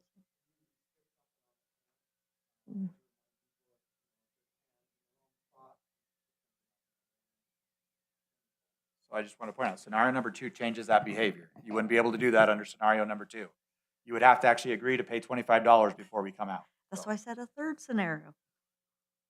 And Councilman McGoy, are you asking that scenario 2, that the tipping fee itself be less than the $30 and then dollar increments, or the $25 in dollar increments? Are you looking for them to be flat, or?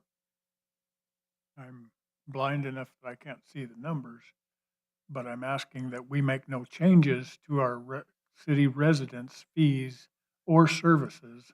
And if we need to make revenue, we make it somewhere else. Well, scenario 1, in my opinion, gets you there because you don't have a bulk fee. Your cart fee, there's nothing extra. Now, they do get a reduction because the 25% premium no longer exists, right? So the original $50-something fee is actually cut in half, is it not? Yeah, the difference between 1 and 2 is $1.14 for one or 14 cents for the other. So if you want no effect to the citizens, scenario number 2 would do that, but you would have to adopt a bulk. I'm not, Yeah. Okay, Sanitation, okay. the difference is 14 cents or $1.14 between these 2 scenarios for year number 1. So scenario number 1 is $1.14, and you don't charge that bulky fee. Scenario number 2, if you'll charge the bulky fee, it's a 14-cent increase. That's the lowest that we could go. You went every which way to Sunday. and with that 14-cent increase, do we lose our curbside pickup?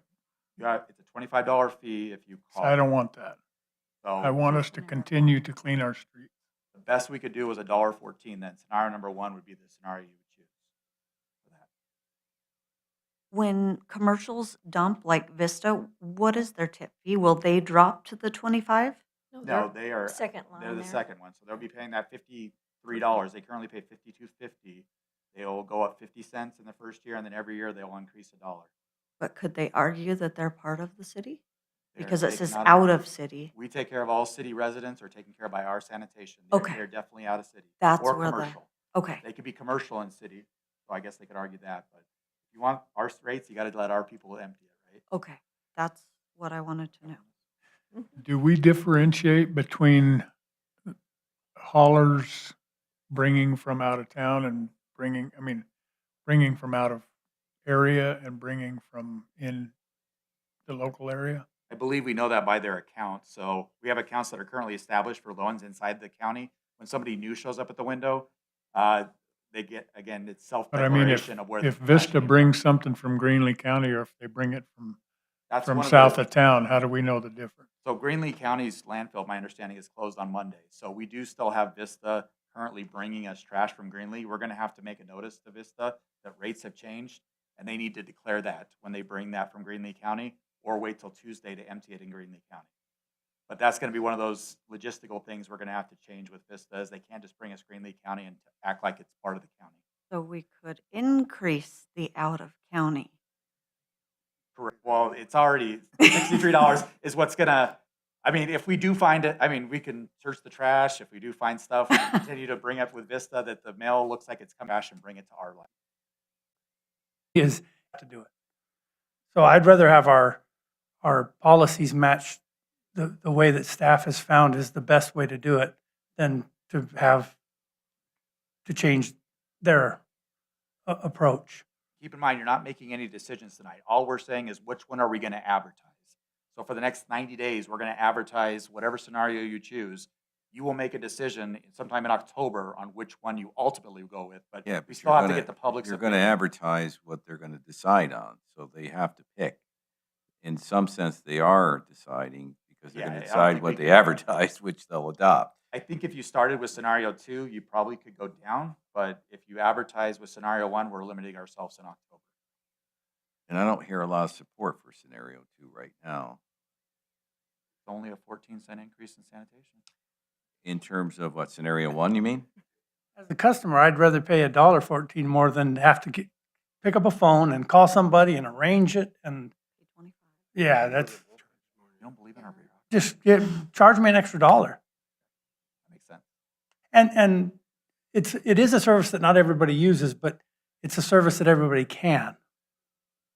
So that's the other, if we change it to match the way we're currently doing it, then we can't say that somebody's taking advantage of it.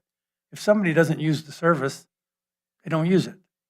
There's I pay for a lot of services and that maybe I don't take advantage of. And wasn't the last increase in '09? Yeah, 09. So we haven't increased sanitation rates since 2009. There would be some clarification on the ordinance. We're not going to require people to bundle. We'll fix some of that stuff, right?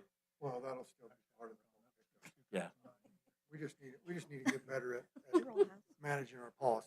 And Yeah, I'd rather we'll need change your the help with ordinance us too, than- to To match what we're doing, then we don't look like well, we don't care or. our guys, they try to get everything picked up pretty much when it's out, they pick it up. And according to our ordinance and our policy, it can basically be out there 2 weeks. We don't want to leave it out there Right. 2 weeks.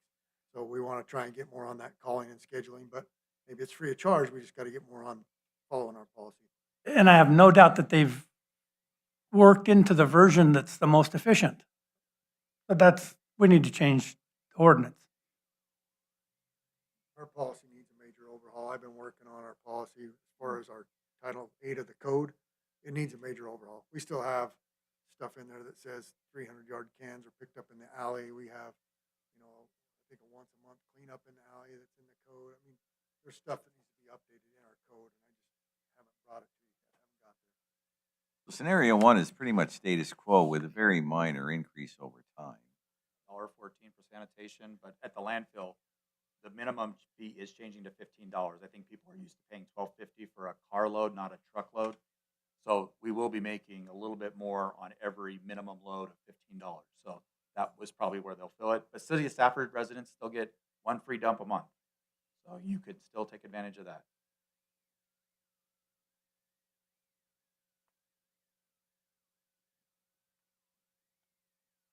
I like one. So we don't, I guess we don't really need direction, like I said tonight, except for which Yes, one we are we going to do. advertise? We do need direction. So That's the point of So, the work session. it's is a to work get session. direction. So I have one. Another one. Raise your finger, 1 or 2. Well, we can't One, vote. one. Don't raise your Can't hand. vote. Not Just trying to voting, get a I'm sense of Finger. overall. I mean, so here's the scenario, just so you understand. As we go through this and we cover the other utilities, there is a large window that will occur for noticing this, right? And so we're talking several months in order to get this where it needs to be, where we can adopt it. So we can come back with another scenario, or we can amend, I guess, on the fly in a way, but then you have to recalculate the numbers. So we are looking for direction, and we do need to pick a scenario so that we can advertise that scenario. And it's going to be several months before we'll actually be able to implement if we act tonight. So I think we're looking at, what, 3 months? Yeah, so October would be the decision. So if you have no appetite in October to vote for scenario number 2, don't even advertise it, right? So far, it sounds like scenario number 1 is the one that people prefer. I will also point out that in scenario 1, the projected fund balance after 5 years is about $50,000 more with scenario 1, which I think in sanitation we need as much revenue as we can get. Even we're making it so tight. Yeah, and So- that fund balance is above the 50% requirement. Yeah. So, and it has a 5-year projection in here. We will every year bring you fund balance projections. If we're not hitting what she's projecting here, we probably wouldn't have an increase in the out years, but we want to get that advertised out there that there is increases in the out years. This is a 5-year rate plan. We might not do it, but we want to advertise that it is possible, and that's how you get to these fund balances. We'll let you know if we're on track or we're not on track. Really, it's how much CIP did we get done. And that's a very important point, because when we pass this at some future point, we will revisit each year. We'll come back to you, revisit fund balances, and assess whether or not the out-year increases are required. So let's say, for example, that capital, for some reason, isn't moving along at the lightning speed that it does now, then you may say in that year, we won't pursue an increase. So you'll have options every year for all 5 of these years. We'll come back and revisit them with you each year. Scenario number 1 for both landfill and sanitation. Okay. So is you know, and don't raise your hands, but I mean, just kind of shaking of the heads. Are we okay with an increase of $1.14? I like 1. Is this thing on? Well, I'm trying to get a consensus. We like 1. All right. Okay, so 1 it is. All right. Well, moving on into electric. For the remaining 4 utilities, electric, gas, water, wastewater, we have made some minor changes. In some cases, I'll highlight the larger changes, primarily in wastewater. As we talked about last time, for both water and wastewater, what we had not done in the previous numbers that we showed you, we did not build a fund balance in order to cash fund future capital projects. The scenario or the recommendations that you have tonight does that for both water and wastewater. Electric and gas, the numbers have changed slightly, but not much on either one of these. But we also do have a solar program recommendation for you tonight, which is the other major change from when I was here last month. So with electric, again, I'm going to go through this relatively quickly. Your electric system is currently financially stable, and we are recommending a decrease in the consumption categories of your rates. I do want to make it clear that we are not recommending a decrease in your base charges per month, but only in the consumption charges. When we look at the cost assumptions, one of the key components here and to the discussion around the sanitation and landfill, it's necessary absolutely to keep looking at these and the actual performance, particularly with electric and gas.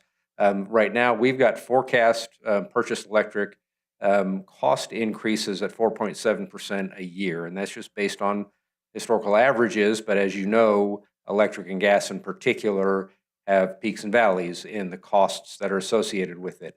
Wanted to point out that it's important that we watch that you adjust your PPA on the electric and your gas cost adjustment on the gas side in the regular intervals that you need to, because otherwise these cash flow assumptions are they're only as good as the numbers that go into them, obviously.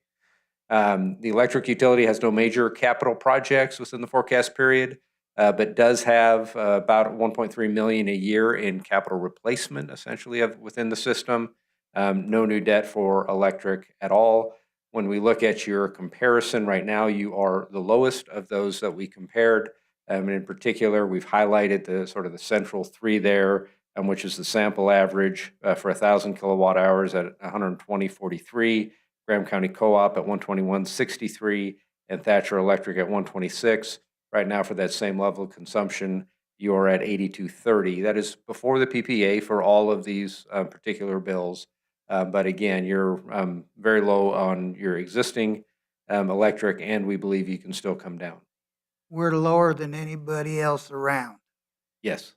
I'm trying to say that loud enough. You are substantially lower. Again, the sample average for 1,000 kilowatt hour residential user, which is a typical bill for most residences, across these samples is $120. You're currently at 82. So again, not just lower, but significantly lower than the sample average, and a fair bit lower than even Page, which is the next lowest. It comes in. I don't have the dollars on here, but it's about $95 or so. And you said we had no capital projects on the horizon. I didn't see in any of this where we were saving for a substation. So we have included, I'll show you that on the cash flow summary, where we are retaining enough capital in order to look out. That's about a 10-year window, as I understand it, that allows for the possibility of a substation to be funded with cash. All right, so right now, your current revenues coming in at about 12.3 million, your expenses at 11.5 million. So again, this allows for an opportunity to reduce some of the consumption rates, or reduce the consumption rates over the next couple of years and then flatten out. And pumping is agriculture? I'm sorry? Pumping is crops? Pumps? On the electric? Yes. What does the pumping include? We just look at the reports. I don't know what accounts those include. Agricultural? Okay.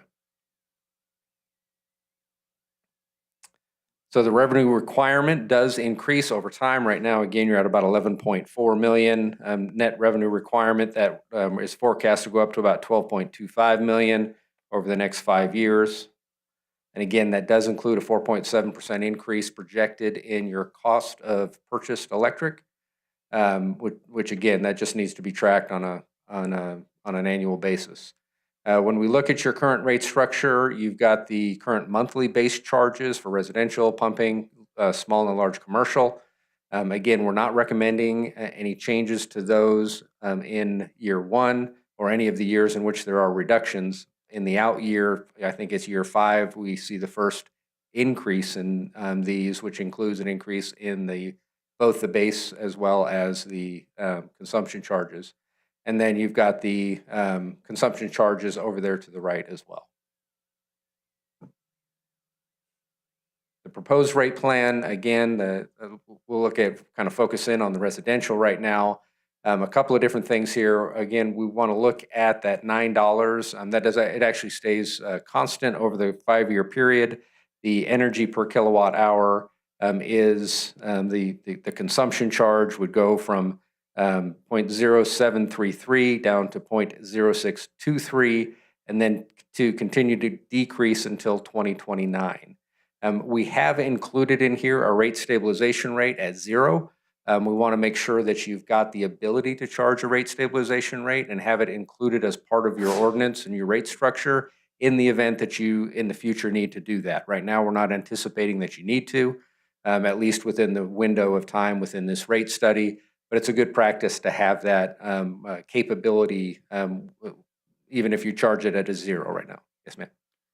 My question is, it looks like we're really hitting the small commercials harder than anybody else in these fees. Why are we charging them higher than large commercial when they would use less? And they're the ones that would probably need more help.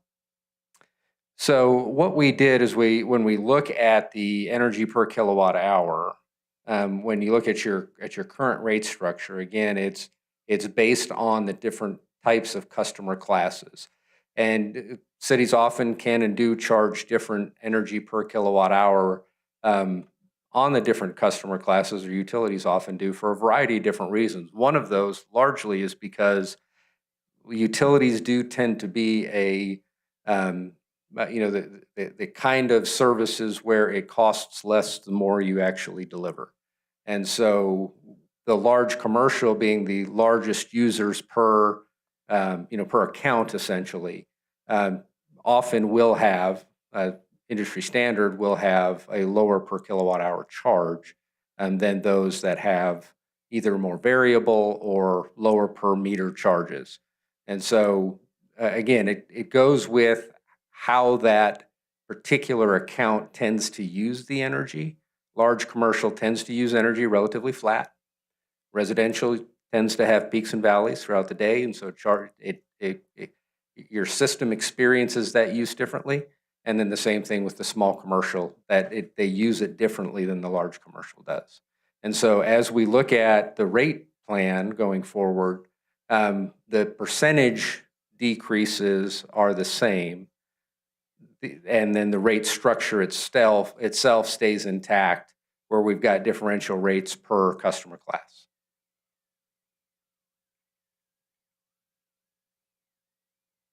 So again, they're not changing anything about the rate structure, just decreasing it across the board at the same percentage. Does that answer the question? Okay. So again, I think the key here is recognizing that the percent change in the consumption charges, year one are 15% reduction in those consumption charges, 12.5% reduction in the consumption charges in year two, and then we're projecting 5% decreases in years 3 and 4, and then by year 5, not having any reduction in the consumption charge. And so then the only increase that they would experience, even throughout the 5 years, is if there's a PPA increase, which again, we can't really forecast one way or the other. We have it forecast in the model for cash flow purposes, but that's simply a pass-through, cost that you send on to your customers. When we talk about it again, like the landfill next year, to see how we're doing with what our recommendations, are you coming back? Not under contract to do that at the moment. Happy to if you'd like us to. Okay. But that's not within the scope of this engagement. This engagement is to develop a rate plan, develop a financial forecast and the cash flow summaries, get to the point of where you can publish those, Yes, sir. adopt them, and then hand that off to you.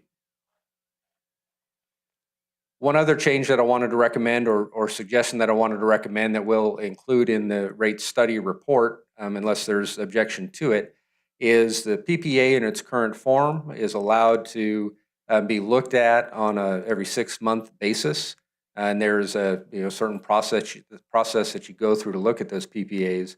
We'd like to suggest, and again, feel like it's an industry best practice, to allow for administrative changes to the PPA under certain circumstances. So if you have a particular spike in your cost of purchasing power, you'd delegate to the city manager the ability to implement a PPA adjustment outside of those 6-month windows if it reaches a certain amount. I don't have that certain amount tonight as far as what percentage increase that would be or for how long it would be, but that would be included as part of the rate study report. And again, you always, as the governing body of the utility, have the ability to set that PPA. But again, it's generally speaking best practice in those areas where you have volatile pricing structures in electric and gas to allow to react quickly if necessary.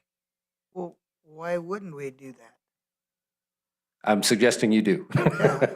I mean, we're at 6 months, and I always thought that was a requirement. This is up to us. Yes. To be able to roll with it. Yes.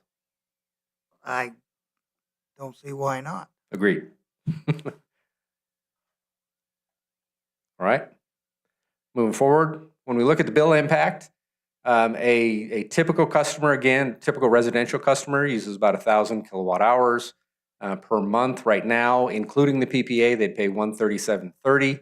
That would go down by $11 to $126.31 in year one, and go down again by $7.79 in year two.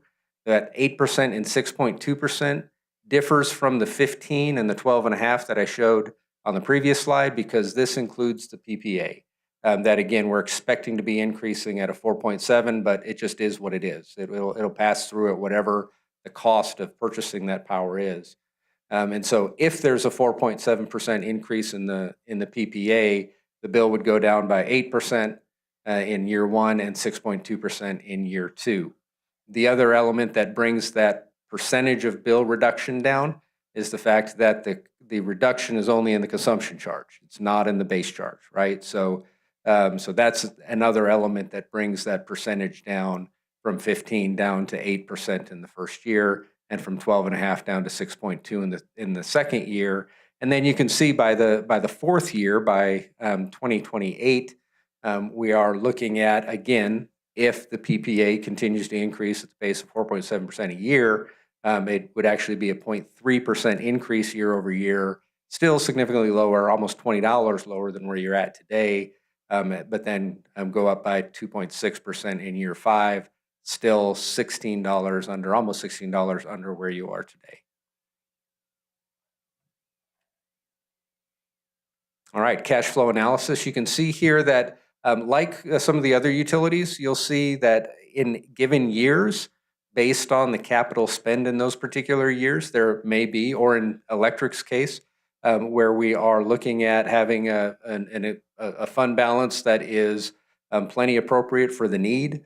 When we look at that, that is part of what allows us to do the rate reductions, as well as, again, what the capital spend looks like in those particular years. A good example of that is 2028 to 2029.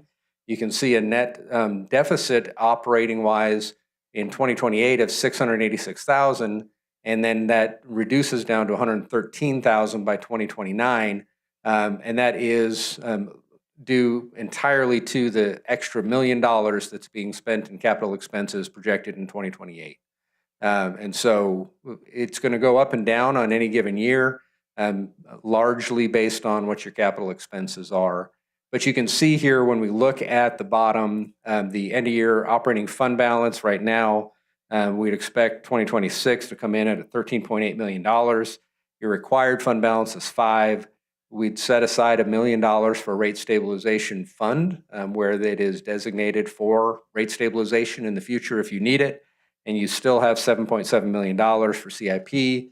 We actually run this out over the course of 10 years. By 10 years, you're at roughly $10 million in revenue available or fund balance available for CIP above your required fund balance and above your rate stabilization reserve of $1 million, which we do increase to $1,125,000 in 29 and 2030 based on a percentage of your total purchased power cost. Vice Mayor, you saw that he talks about the $10 million in the 10-year plan. That is for the substation you were bringing up in the CIP. The $1 million spike in 2028 is the design of that, and that's where that CIP money would go. So we are planning for the future, and we believe we have adequate fund balance to get there. So this is taking that excess fund balance that we have right now, bleeding it down with the rates over the next 3 years, and then having that adequate supply available for that project in 2020, 2030, 2031. So, Well, I think 10 million for a substation isn't enough. and there is also debt as an option. So it should be the first time electric could be issuing debt, but building up that kind of fund balance takes away from other projects. But we would have debt as still a viable option. We don't have as many projects because the last 10 years, you've almost seen a contractor in our city limits, and we've reconductored and repoled the majority of our system. Our system is in real good shape. Yeah. So we don't have any of that on the horizon. The substation's going to be well more than 10 million. We also have hanging over our head Sunrise Village, which is a couple of million possibly. And then within that 10-year period also, we're probably going to build to the east of First Avenue because that's our area also. And we're going to need money for infrastructure there. Where we being able to cut rates, I like that a whole lot, but being able to utilize it to save money sooner for these projects, I like that idea too. And you are building a rate stabilization fund that you haven't had before, that $1 million. So there is some capacity in there, but we are making this fund a little bit more lean than it has been in the last few years. So in an effort to reimburse the customer. So, And you saw from the chart how much lower we are than anybody else around. correct. So makes us even lower. But that's one thing I'm looking at is the big projects. Yeah, and as for any of the utilities, as those big projects become more clear on what the cost and the timing will be, that's when those annual updates really make a lot of sense. And so again, we're showing a 5-year plan here. As the next year unfolds, or 2028, you get under design and you realize maybe it's not a $10 million project, maybe it's a 15, 18, whatever that project looks like. Then you can start to build the fund balance and or issue debt as a possibility to cover, or a combination, doesn't have to be all one or the other, in order to cover those kinds of large projects. What we see often is when you're keeping a close eye on what your rates are on an annual basis, you can adjust to those things as those numbers and those timings become more, more crystallized. Right now, as we understand it, there's an understood need. We're not sure how much it's going to be, and we're not sure when that's going to happen. And the equipment isn't as much as the landfill, but we have some vehicles that are costly too coming up. Well, that's all in the vehicle replacement plan. So hopefully we're funded. Not hopefully, we are. Okay, again, we can cut rates, we can save money too. Would you I'm debt? just throwing it out there. You wouldn't cash fund a substation. How expensive it is. Cash funding an $18 million substation would be a big ask for the customer. I would suggest some sort of debt. Maybe not all, maybe we put some cash down, but saving up $18 million in a fund that's $18 million out of the community that we don't want to necessarily do. We could do a little bit cash, a little bit debt, right? Some combination, A and fund then that has no debt whatsoever, which is amazing. If you look at all these other electric companies, most of them have a lot of debt. and the Yeah, other. I'm just saying, we currently, we got the luxury of doing it. This is pretty good stress. Okay. And then we'll have to see the impact of the solar too, because we're gonna have 3 facilities. The Boca should be coming on this month. We'll have 10 megawatts of solar there. And then we have 2 other, Apache 2 and Pinell, which will bring it to the next meeting where the cost for that may also reduce, our overall cost of power even more. So again, that's why I want to come back, because the system will evolve. And then we'll have to look and see, how much do you want a debt service versus how much do you want a cash fund? Because you still want to have money in the fund for other projects besides that substation. And I will say that for years 5 through 10, again, as part of our projections and our model, we've carried forward that roughly $1.3, $1.4 million worth of annual capital spend for repair and replacement kind of operations as part of that 10-year plan as well. So again, all of our forecasts, all of our projections are pretty darn good for the next year or two. But you got to keep looking at them. A 10-year plan, I wouldn't be willing to bet a turkey sandwich on a 10-year cash flow. There's just too much that can go into it over that period of time. So again, you can see the cash flows here for electric still very strong in our opinion. Again, as part of the formal report, we will also be preparing some recommendations on that rate stabilization reserve about how you should be looking at that on an annual basis. And we believe the best way to do that is based on a percentage of your purchase power cost. And keep that in your rate stabilization reserve so that as those spikes come, you've got something to draw from without getting into your required fund balance. All right. Other questions on electric before I move into solar rebate program? All right. So this is the only new chunk of the presentation, and so I'm going to spend a little bit more time on the slides here. There's not a lot of them, but like I said, I will spend a little bit more time. So when we start looking at it, one of the things that we like to understand and make sure that we just put out on the table is that there are some general policy objectives that are typically associated with solar rebate programs. They can reduce grid stress, particularly during peak load conditions. They can assist in providing alternatives to minimize total energy costs to the consumers that decide to participate in the plans, obviously. They can increase renewable energy adoption, stimulate local solar industry, reduce carbon emissions. I'm not suggesting these are specific policy objectives within Safford, just industry-wide. These are some of the reasons that we hear why our clients are interested in doing these kinds of programs. There are some limitations to the policy objectives as well. Individual solar installations can reduce grid stress, obviously, and the more of them, the more grid stress it can potentially reduce. However, as the utility, you still have to be able to provide under all conditions to all of your customers. And so while it does reduce that grid stress and can shave some of the peaks of use, you still have to have access to the not only the amount of power, but the delivery mechanism to provide power should somebody choose to take their solar installation out. You're not getting a guarantee that they're going to be able to produce that ongoing. And so as the utility, it's your obligation to make sure that you're able to provide full service to all connections, whether or not they have a solar installation. There's really little practical elimination of operating costs, customer service costs, capital costs, distribution costs due to individual solar installations. You still have to have the same crews, the same equipment, the same trucks, the same substation sizes, all of those things, regardless of the solar installations that you have. Again, because you're not contracting with them to provide you a certain amount of power like you are with your power provider. It is simply that as they provide excess energy, it gets sold back into the grid.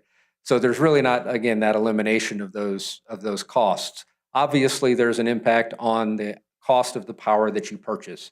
Every kilowatt hour that they don't purchase through you because they're generating locally on site is a kilowatt hour that you don't have to purchase from your providers either. Right now, there's an unlimited accumulation of rebates or credits, and that can place a significant ongoing liability for utility systems, not just Safford, but any utility system that offers these kinds of credits, which is really sort of the impetus of one of our recommendations moving forward. Does it cost more in billing? It does, yes, and we'll cover that in just a moment as well, because right now it's effectively two accounts. They have their regular electric account, and then they also have a net meter for their solar account. And so, yes, there is some additional cost. Again, that is reflected in the recommendations that we've got. So your current solar rebate program structure essentially is where if a solar customer generates excess power over and above what they use in their home, in their business, in any given month, you buy that power back at your full cost. And so right now that includes your energy charge of 0.0733, and then also the PPA at 0.0550 for a 0.1283 per kilowatt hour buyback. And so it's at 100% of that buyback, or 100% of your cost is what you give them a rebate for in order to buy it back.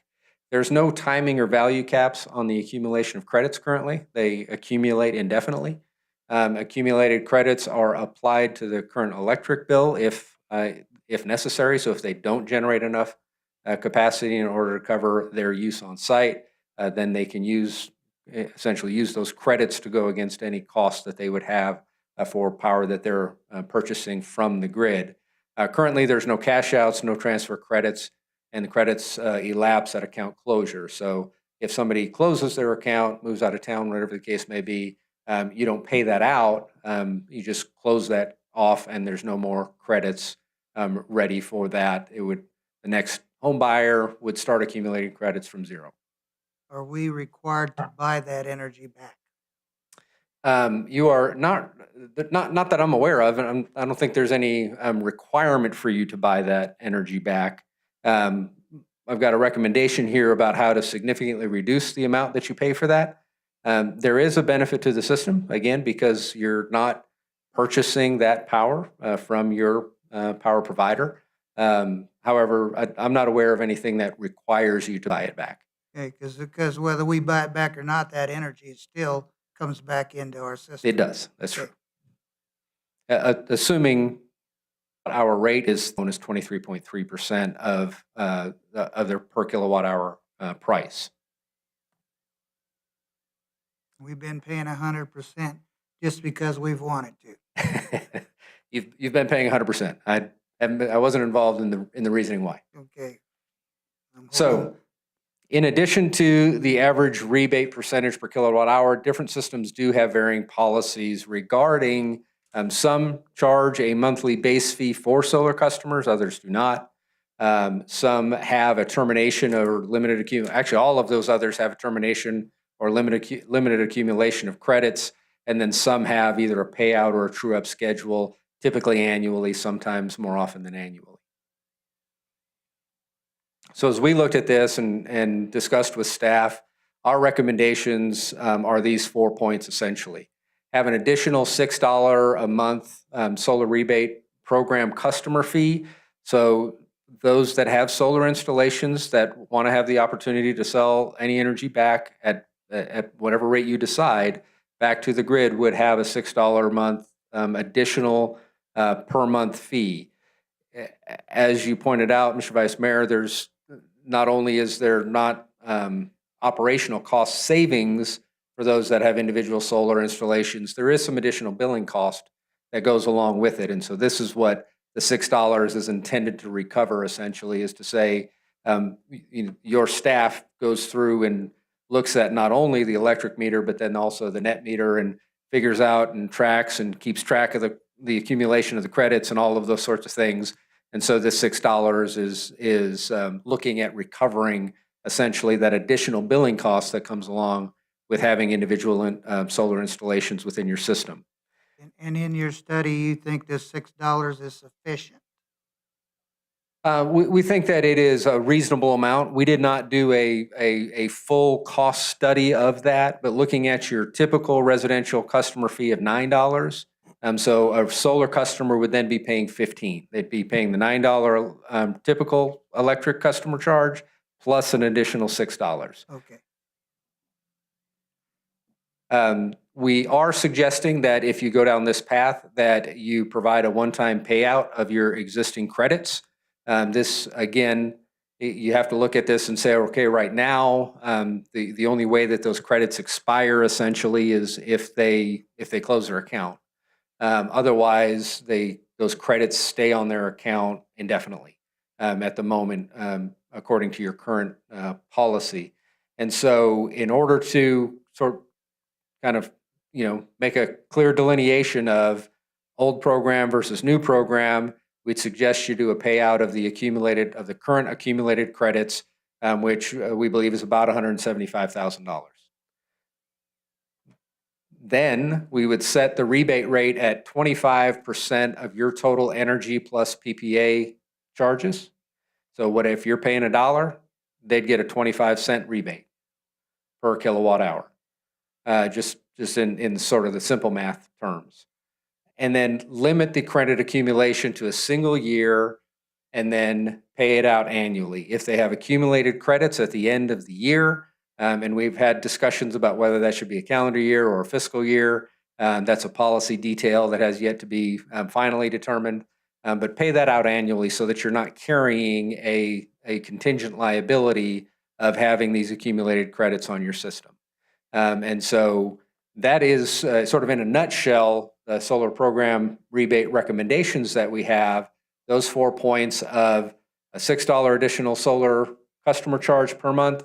So again, they'd pay the $9 for their electric service plus a $6 fee per month for the benefit of having the ability to sell the power back to the grid. And then also the payout of the existing accumulated credits, instead of 100% of the buyback being 100% of your per kilowatt hour cost, it'd be at 25% of your per kilowatt hour cost, and then limit the credit accumulation to a single year and pay out annually. So I wanted to put together some tables about kind of how that would work.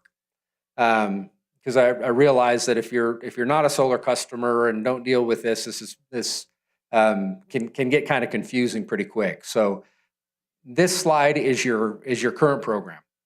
They pay a $9. So if they don't have any solar and they use 1,000 kilowatt hours, they'd pay a $9 customer charge. They'd pay $128.30 for their energy charges and PPA combined. So their total bill would be $137.30.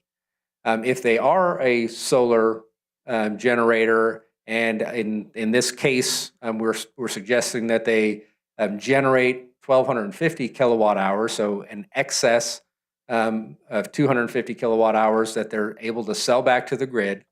They pay $9 for their total bill, and then they receive a $32.08 credit, which is the 12.83 cents per kilowatt hour times the 250 kilowatt hours that they're selling back to the grid. Their first 1,000 kilowatts they've generated, they don't pay anything for that, and they're selling back the excess power to the grid, again, at 100% of your cost, which is $32.08. In the months where they're not generating excess capacity, say they generate 750 kilowatt hours of capacity and they use 1,000, they would then have to pay that or apply this credit to those 250 kilowatt hours that they're buying from the grid as opposed to providing to the grid. So when we look at the recommendation, it changes significantly. The electric customer charge would still be $9. There'd be a solar customer charge of $6, so the total customer charges would be $15. If you look on the right, the same use case, they've generated 1,250 kilowatt hours, they've used 1,000, so they're providing 250 kilowatt hours to the grid. They'd pay a $15 bill now instead of a $9 bill. And instead of a $32.08 credit, they'd get an $8.02 credit, which is 25% of your cost of the power in the first place. So when we've looked at it, continuing to buy back the excess power at 100% of your actual retail cost doesn't reflect the true cost of being able to provide that service, because again, you have no guarantee that they're going to be providing excess energy. And so you have to have the infrastructure in place, the delivery mechanism, the substations, the transformers, all those sorts of things in place in order to deliver that. And there's a cost associated with that. And so we're suggesting that you limit it to 25% of your retail cost as far as the rebate goes, and then allow that only to accumulate. If there's net accumulation over the course of a year, you pay them out annually. These are designed in order to try to get to the point of where there's not a large true up every year, where you've actually got to the point of where, they might have produced some excess capacity in some of the high sun months, and then they are buying from the grid in some of the low sun months. And at the end of the year, it's close to a wash. So take any thoughts or ideas or questions that you have on the solar rebate program recommendations? I'd like to see billing recoup what they need to for messing with the net metering, what programs, whatever they need in their cost, they put it in the cost. And you said here the 100% is unsustainable. That's what I've been feeling for years. And so you're going to come, well, we're going to talk to this again next year. So I'd give them 10%. This is a policy discretion issue. Yep. And so, in the work session setting, would love to hear other comments that you have. There's, the sample average excluding Safford is 23.3%. Mm-hmm. At 25%, you're still slightly above the sample average, kind of right in the middle there. And so, again, it becomes a question of, do you want to incentivize solar at all? If you do, you provide some buyback, or you provide other, ways of providing, some sort of an incentive. If you have no interest in incentivizing solar, then you don't buy anything back and you charge the additional customer charge. And we do pay them back annually. Not currently, you don't. No, going forward. Oh, going forward, okay. Yeah, that's what I say. Charge them enough to get our billing back, 10%, and pay them annually. That's where I'm at. Number Understood. one. Understood. Mr. Bingham's got it. So for Something to say advertising about that. purposes, can we advertise the 25% and then that decision you can make in October? You could go a lower rate. You could only offer 10%, right? But we want to advertise the 25% now.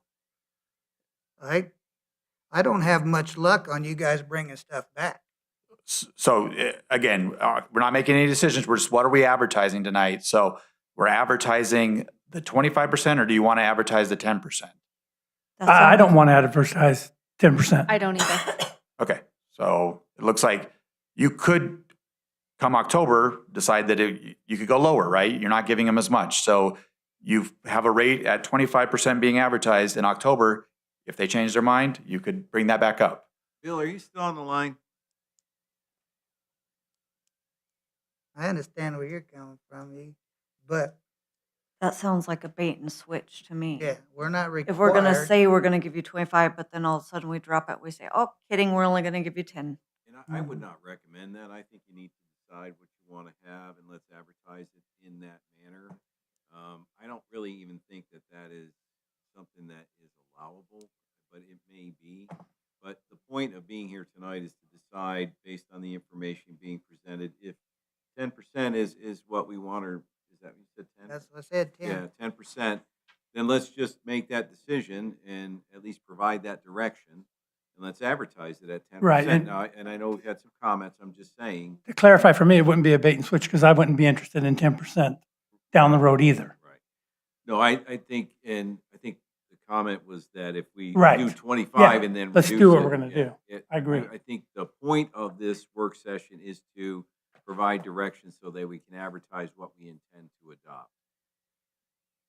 So in this one, you're saying Graham County offers 12.9% back.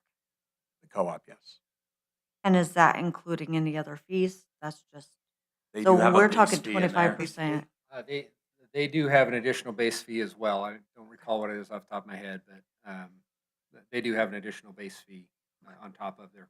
We think our 6 is competitive, but it's in the middle. It's not the highest, it's not the lowest, but we actually are charging a fee now. As you noticed before, we weren't charging a solar fee. So that would have to be advertised that we are intending to charge a $6 solar fee. Right, go out the package. This may muddy the water because it doesn't really go with anything, but we talked a long time ago about being able to donate your electric credits to a 501c3 or give it into Give from the Heart and let whoever runs that dole it out to people who needed it. Is that even an option? So we did talk with the tax attorney, and he kind of compared that to Bitcoin and what you do with cryptocurrencies. So he didn't suggest that we float into that because we're trying to create value out of something that has no value to anyone but a City of Safford electric customer. So when you start to try to give value to nonprofits, that's when you get into cryptocurrency, whether it's taxed or not taxed. So they just weighed in that it's probably not the best idea to start creating a new form of currency in the form of credits from electric for even nonprofits. So we didn't pursue it any further. They just said they were entering a world that we're probably by ourselves, and they didn't want to be our attorneys on that one.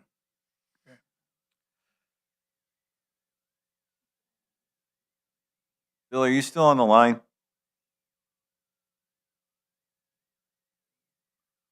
See, they told me if I wasn't talking into the mic, but it did make a difference. Yes, I'm on the line. Do you still need me? Yes, sir, I do need you. Okay. Okay. So I have a question for you. This keeps coming up, and I don't think it is something that is allowable, but I did want a clarification with you. So one of the discussion points has been if we were to advertise at 25% in our package that we send out regarding these new rates, and then we come back at a later point to adopt, and we decide we want to adopt that 25% at a lower rate, is that allowed, or should the rate be advertised as it's going to be adopted? I think you can drop. I don't think you can increase. Okay, so you could drop it.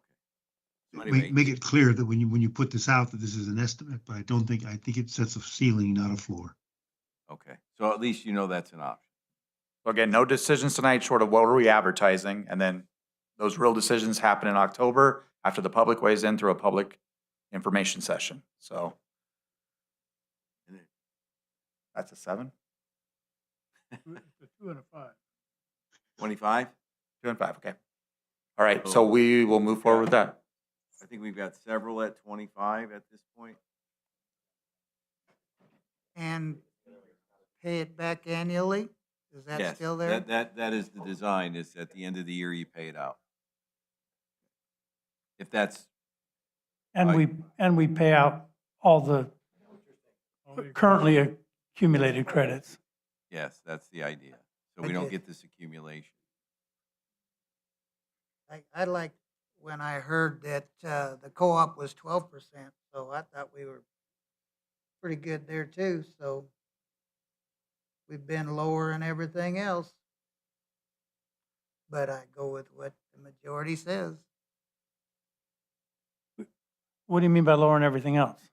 Fees? No, our return, our rebate, the neighbor is at 12%, I Right. believe it is. So I didn't think what I proposed was that ridiculous, or I thought there was room for little barter here, but 25%, what you guys are jumping on. Well, we can debate that later too. You're just talking when about what we're gonna advertise. Advertise. I have a question on, so when you say provide one-time payout of existing accumulated credits, are you saying to pay those out at that percentage, if we choose that 25% or the 10%, or you're saying at 100% we would? At 100% of their accumulated Okay. credits. Yes. Because what we currently owe 175,000. Right. I'm just curious, do you know about what percentage of that is commercial versus residential? I don't. I was going to say, Okay. I was thinking it was. Okay. That would really be the bait and switch though to not do that. As- I think. As we were coming up with this recommendation, that's precisely why we suggest you rebate it out or you cash it out essentially at the full credit that was earned under the policy in place at the time, and then change the policy with the public, public process that we're going through. When you say cash it out at the full credit that was earned, that is at the 25%. No, that's at the 100%. 100%. For existing credits. On an annual yeah, basis for the going existing- forward, yeah, it for would the be at existing. 25%. Yes, Yeah, I was just talking about that existing payout. yes. That's, For credits that are already on the books. And that's something that I recommended only because we created a policy that accumulated these credits that no one could use. And I think that going forward, if we want to kind of pump the brakes and then all of a sudden we're going to hit reset, right? And go, we're going to start from zero. Given the overall health of the fund, I think the optics and the response from the community would be a lot more positive if we did that. And that's why I recommend it. It's not something we have to do. I just thought in order for us, because we designed that right. that policy, and so I thought it was something that I wanted to And I think that's part of why, and I'm just assuming, why we allowed it to be at 100% was because we weren't actually paying it out. We weren't actually cutting a check every year for whatever you had. I mean, so that 100%, you were using it or you were basically losing it when your service is termed. Right. So, Yeah, but we should have never done it at 100%. So we got people that don't have solar that are paying this.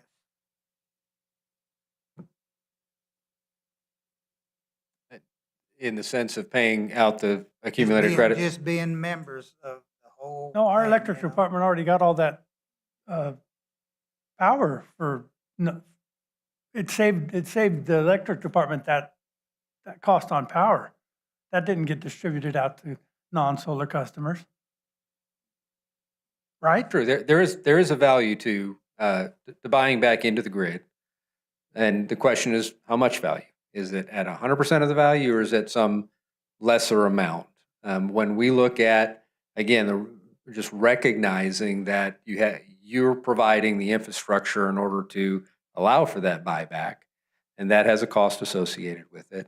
And so buying back the power at 100% of your cost, which includes the ability to distribute that energy out or buy it back either way, that's why I suggest it's not sustainable. Is there's not a close match between the actual cost structure of the buyback value versus what your rebate program has been historically. But there is a value to it. Those are kilowatt hours that you're not purchasing from your provider. They're kilowatt hours that are able to be redistributed within the system. So 25% is where we're at right now, as far as I can tell. And then we want to do full buyout. Are you going to tap the microphone again? I'm at 25%. Thank you, council member. I like to, yeah.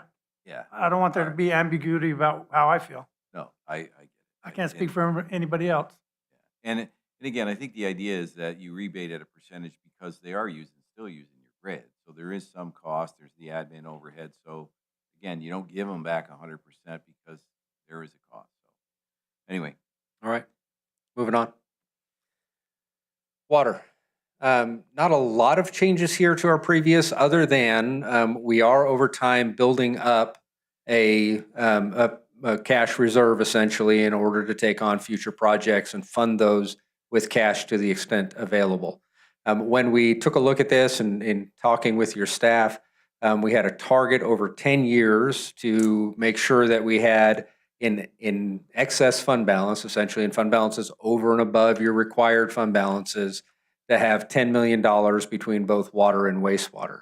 I've split that out to be $6 million on the water side, $4 million on the wastewater side, and that's because your system today, the assets that are in the ground today are about 60% water, 40% wastewater. And so, again, while we're not showing you the full 10-year forecast here, at the end of 10 years, you've got over and above your required fund balance in water, a little over $6 million, and over and above your required fund balance in wastewater, a little over $4 million. So you got about $10 million between the two. So that's what constitutes the vast majority, at least, of the changes to the rate structures as they go out. Now, year one, we're actually able to, based on some of the other additional information that we received, including timing, year one, we were able to actually shave 1% off of the water side and still not do any increase on wastewater. However, the out year percentage increases have changed slightly on the water side from your previous presentation, and they've changed more considerably on the wastewater side from your previous presentation, which didn't have any increases for the next 5 years. So moving through, I won't spend a lot of time on these background slides. But again, on the water side, we're expecting you to invest $33.1 million in water CIP projects over the next 10 years. You see the funding sources there, a mix of existing revenues or cash on hand grants and debt issuances, future debt issuances. All of those factors do put you into the position where you really do need to look at increasing the water and the wastewater rates relatively slightly over time. From a summary standpoint, we are recommending that you expand the current volume tiers. We spent considerable time on that in the last work session, so I won't spend a lot of time there unless you have questions. Be happy to take those, of course. We are reducing the capacity fee for residential and commercial to $500 plus the meter fee. So if they're purchasing a meter, they have to pay for the meter plus the $500 connection fee. Just want to make that clear that it's not $500 and that includes the meter. Some of the large meters in particular are very expensive, and so the $500 wouldn't touch just even covering the meter cost itself.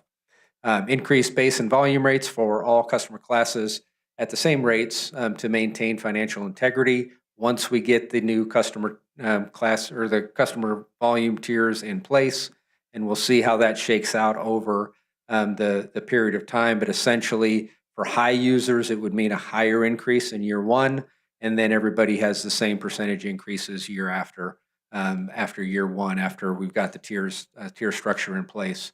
It does use some available cash on hand above the required reserves to fund a portion of the CIP, builds reserves in years 5 through 10 to cash fund a significant portion of future CIP, phases in this industrial volume rate as a flat rate to meet your current cost of providing the water itself, phasing in a per unit and flat volume rate for multifamily residential customer class structures. Again, we talked about all those in detail at the last work session. No differences there other than that building reserves in years 5 to 10 to cash fund significant portions of the CIP, and then maintaining the existing rate differentials for outside city customers, both for the Thatcher as well as for the outside city and Thatcher customers. When we look at your bill comparison for a typical 7,300 gallon water or residential water bill, you can see here you're currently significantly under Graham County. You are a bit under the sample average. You're higher currently than Benson, Wilcox, Yuma, and Show Low. Show Low is a little bit higher than you. I will say that we're currently working on rate studies for Wilcox, Yuma, and Show Low, so their rates are going up. I don't know exactly the percentage yet. That hadn't been decided yet. I'm not sure what Benson is doing. We have done their rate studies in the past, but aren't currently doing one for them. But again, you can see your rates compare favorably, generally speaking, with the sample average, as well as just when you look at the area as a whole. Customers and volumes. Again, I won't spend a lot of time on this. None of this has changed from the previous presentation. Of your 8,500 accounts, 49% of those are inside the city, 23% are in Thatcher for water, and 28% are out in the county. When we look at the consumption by customer class, although 49% of your customers are inside the city, you've got 27 plus 11 plus 1%, so what is that, 39%? So 49% of the customers using 39% of your volumes. So what that tells us is that on average, your customers outside of the city are using more per meter than your customers are inside the city. Look at current and forecast cost of service. We are expecting most of the operating expenses to increase at about a pace of about 3% a year, plus an additional 1.5% for growth-related expenses. Again, we take your budget on a line-by-line basis, and we apply an accelerator based on the dynamics of that particular line item. Current revenues and expenses, you can see here your water fund is currently essentially just covering costs. You're bringing in $6.8 million on the revenue side, and your expense side is also at $6.8 million. Your cost of service, we do expect to continually increase to go from $6.8 million today up to $8.3 million over the next 5 years. And that is inflationary adjustments, essentially, on an annual basis. Your CIP forecast we've included here just to make sure that everybody is aware of the projects that are on that CIP list of $33 million. And as far as the modeling goes, we do have those separated out on a year-by-year basis, as well as a funding source basis for each one of these projects. And so that is all part of what builds up into the rate plan itself. So moving into the proposed rate plan. Again, your current inside city rate structure I'll focus sort of on the right side, the volumetric water rate structure. You currently have essentially 4 tiers. The first 3,000 gallons are included in the meter charge of typical residential 5/8 3/4 inch meters is $27.32. It includes the first 3,000 gallons. After 3,000 up to 20,000, it's at $2.11 a gallon. For gallons of 20,000, between 20,000 and 40,000 currently is at $3.06, and above 40,000 is at $5.15. The industrial is currently at your residential first tier, $2.11, which is below your cost, and we'll get into that in a little bit more detail here in a moment. And fire hydrant is at $5.15, which is at the highest, which is typical because of the way that fire hydrant users typically use the system. It's a blast of use and then not much at all, so it's all peak, essentially. Thatcher customers are currently 10% above inside rates and charges, and we're recommending that you maintain that 10% differential. The county customers are currently and are recommended to maintain a 25% differential.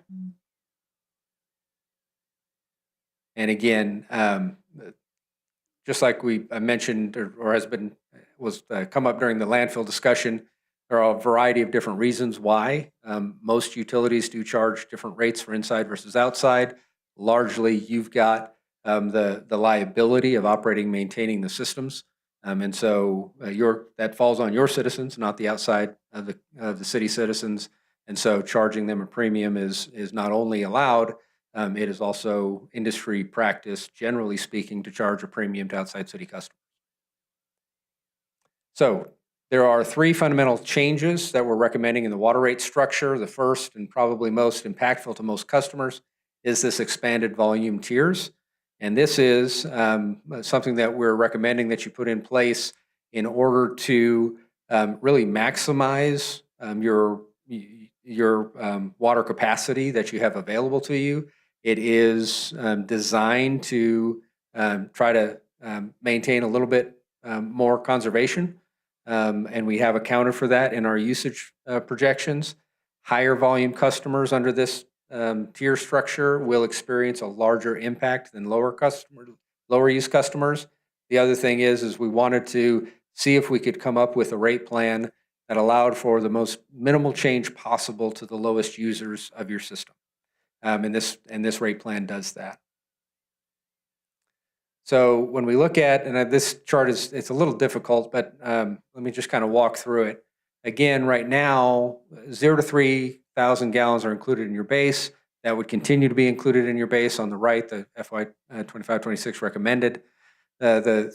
However, then we would start to split up the existing volume tiers. Right now, your second tier is 3,000 to 20,000 gallons, which includes almost all of your residential use. There are a few residential bills that would come in above 20,000 gallons, but not many. And so almost everybody today on a residential side would end up paying that $211. Right now, your second tier is 20,000 to 40,000. They pay $306, and your final tier is above 40,000 at $515. We'd break those 4 tiers up, four tiers up into, 6 or 7. The first 3,000 would continue to be included in the base. Between 3,000 and 8,000 gallons, which covers your typical residential, your average residential bill, would be able to maintain at $211 per 1,000 gallons. But once you move above 8,000 gallons, it would go up by to $264. Again, only for those 4,000 gallons between 8 and 12. So a 12,000 gallon user, first 3,000 gallons will be included in their base charge. They'd pay $211 for the first, or for gallons between 3 and 8,000, and they'd pay $264 for the gallons between 8 and 12, and then so on and so forth, as you can see. Recognizing that this does impact different users differently. If you've got somebody using 60,000 gallons, they're going to experience a significant amount of their bill going from $515 up to $603. And so, again, the way that we're able to try and maintain the current base charge for the typical residential bill, your average residential bill of 7,300 gallons, is to be able to spread those costs amongst those that are causing the costs. The way that water systems are designed is you have to design for the peak, obviously, and the peak costs your system. And so those that are causing the peak should realistically help to pay for that peak accordingly. And so that's the design that we have here, where again, we go from 211 to 264, 319, 399, 483, and 603. So the recommended rate plan, you can see the next 5 years out here, a very small increase in the base charge for this year, going from 2732 up to 2787. Volume charge for the 3,000 to 8,000 gallon tier would stay the same at 211. And then you can see there the volume charges for the remaining tiers, same as the last slide. As you then go out in the future years, year 2, the percentage increases for all the volume tiers is the same. So if it's a 3% increase for tier 1, it's a 3% increase for tier 6, as well as the base charge. One of the other things that we looked at but are not recommending to change for a variety of different reasons, but that I did want to bring up, is your high users are still getting a relatively good deal on their monthly charges. When we look at monthly charges based on meter size, which is very typical within the industry, one of the things that we noticed about your meter charges is they're relatively low the higher that you go. Meter equivalency essentially is where how much water can flow through a particular meter. So we'll just take the two ends of the spectrum here. Your typical residential of 5/8, 3/4 inch can flow about 20 gallons per minute. A 10-inch turbine meter, which is a really big meter, can flow 4,200 gallons per minute. That is 210 times the amount that can flow through a 5/8, 3/4 inch meter. So typical rate making procedures would say whatever your typical residential meter is, in this case 5/8, 3/4 inch, 2732 times $210 is 3824.80. So if we were doing a full meter equivalency base charge, a 10-inch meter would go from today, you charge them $448, would go up to $3824. We're not recommending you do that in this case, but wanted to just show you that while we are having that this rate plan does impact large users more significantly on the volume charges, it still keeps a very favorable approach to the large meters from a meter charge standpoint. In fact, I don't think there are any of your meter charges that would equate to a full meter equivalent in that sort of central column there. Even the 1 inch, which can flow 2.5 times a 5/8, 3/4 inch meter, would calculate out at 45.53. You're currently charging 32.71. Again, not making any changes there. Just wanted to throw something out there as a next rate study. You might want to consider doing this piece as well. Is that common in towns for them to do that? It is common. It's not universal by any stretch. We have clients that charge the same meter fee for a 8-inch meter that they do for a 3/8 inch or for a 5/8 inch meter. We'll always go in and recommend that they charge some differential because, again, an 8-inch meter can flow 80 times the amount of water that a 5/8, 3/4 inch meter can. And so there should be some differential. Does it need to be a full meter equivalent? It doesn't have to be. There's nothing requiring that by any stretch. But that's just the calculated approach to look at it and say, if you're looking at it from sort of a true cost perspective, you'd look at it from the full meter equivalent side.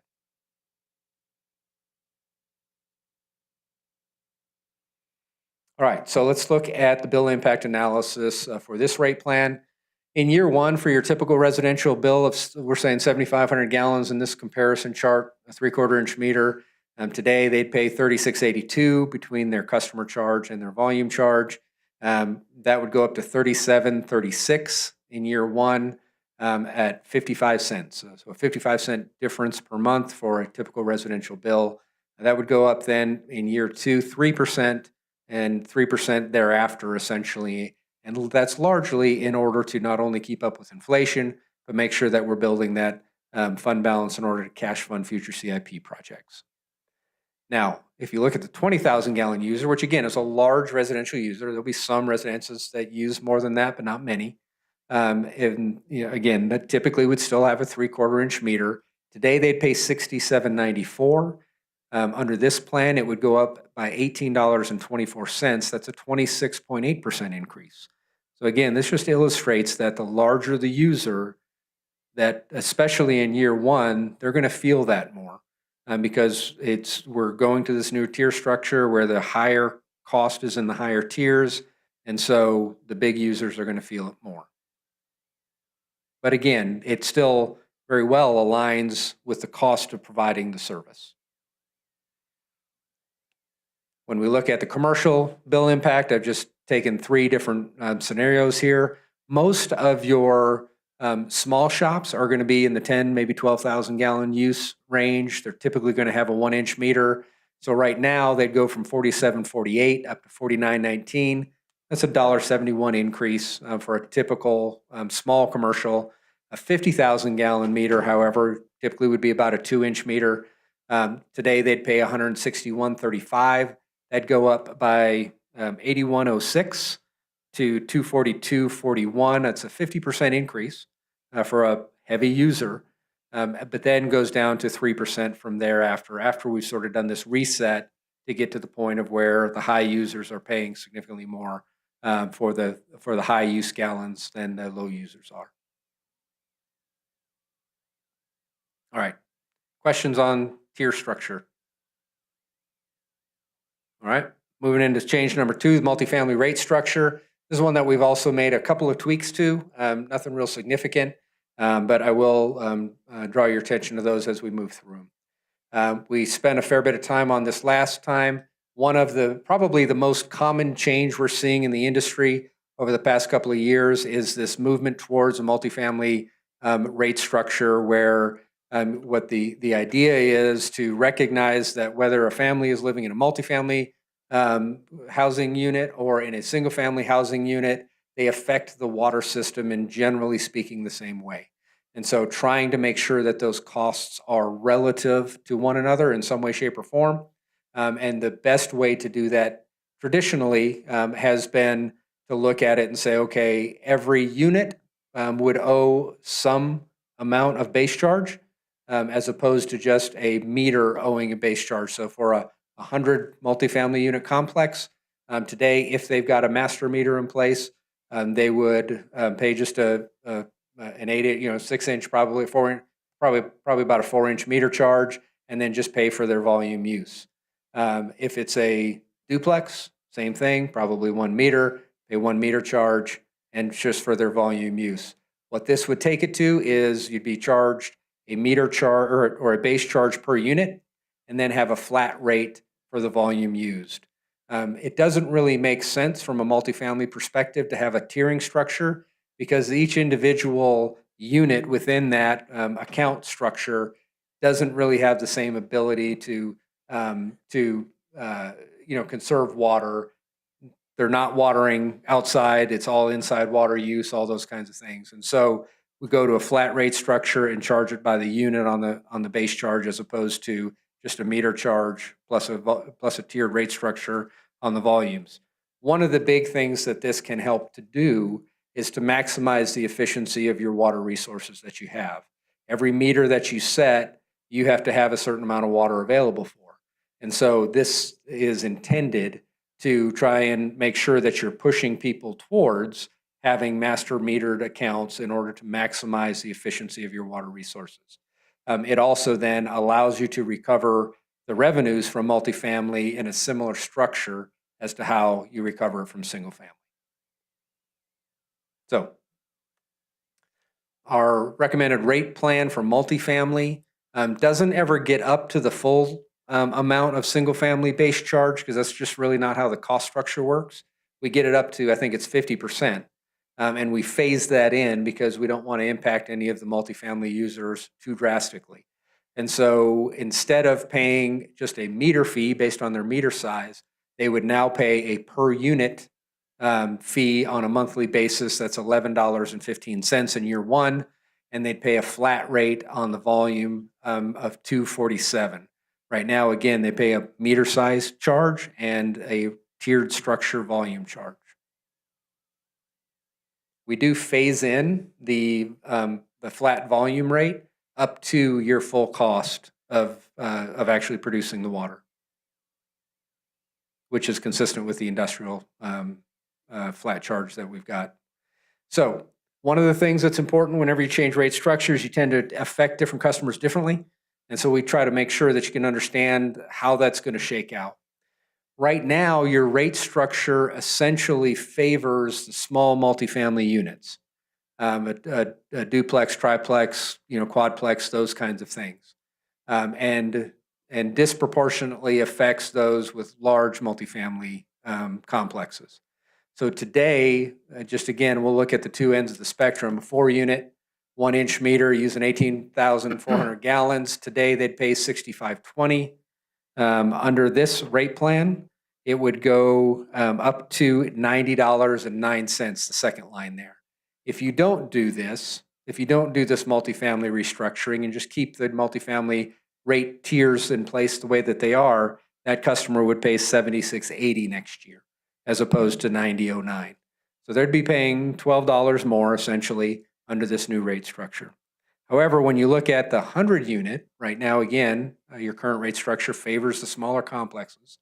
A 100-unit complex with a 4-inch meter using 460,000 gallons total today would pay $2,400, just over $2,400. Next year, if you don't change the multifamily structure, they'd be paying $2,800 because the higher use is being impacted more heavily under the tiered structure. Under this phased-in plan, their bill would actually go down to $2,252 and then gradually work its way back up. By year 5, they'd be paying a little bit more under this plan than they would under the existing rate structure. And again, that's just because we're phasing this in over a period of years to try and make sure that we're not impacting anybody too harshly. Questions on the multifamily rate structure side? Mayor Ortega, would you like to call for a 5-minute break? We've been here for almost 2 hours. 5 minutes? Okay. Yeah, okay, 5-minute break.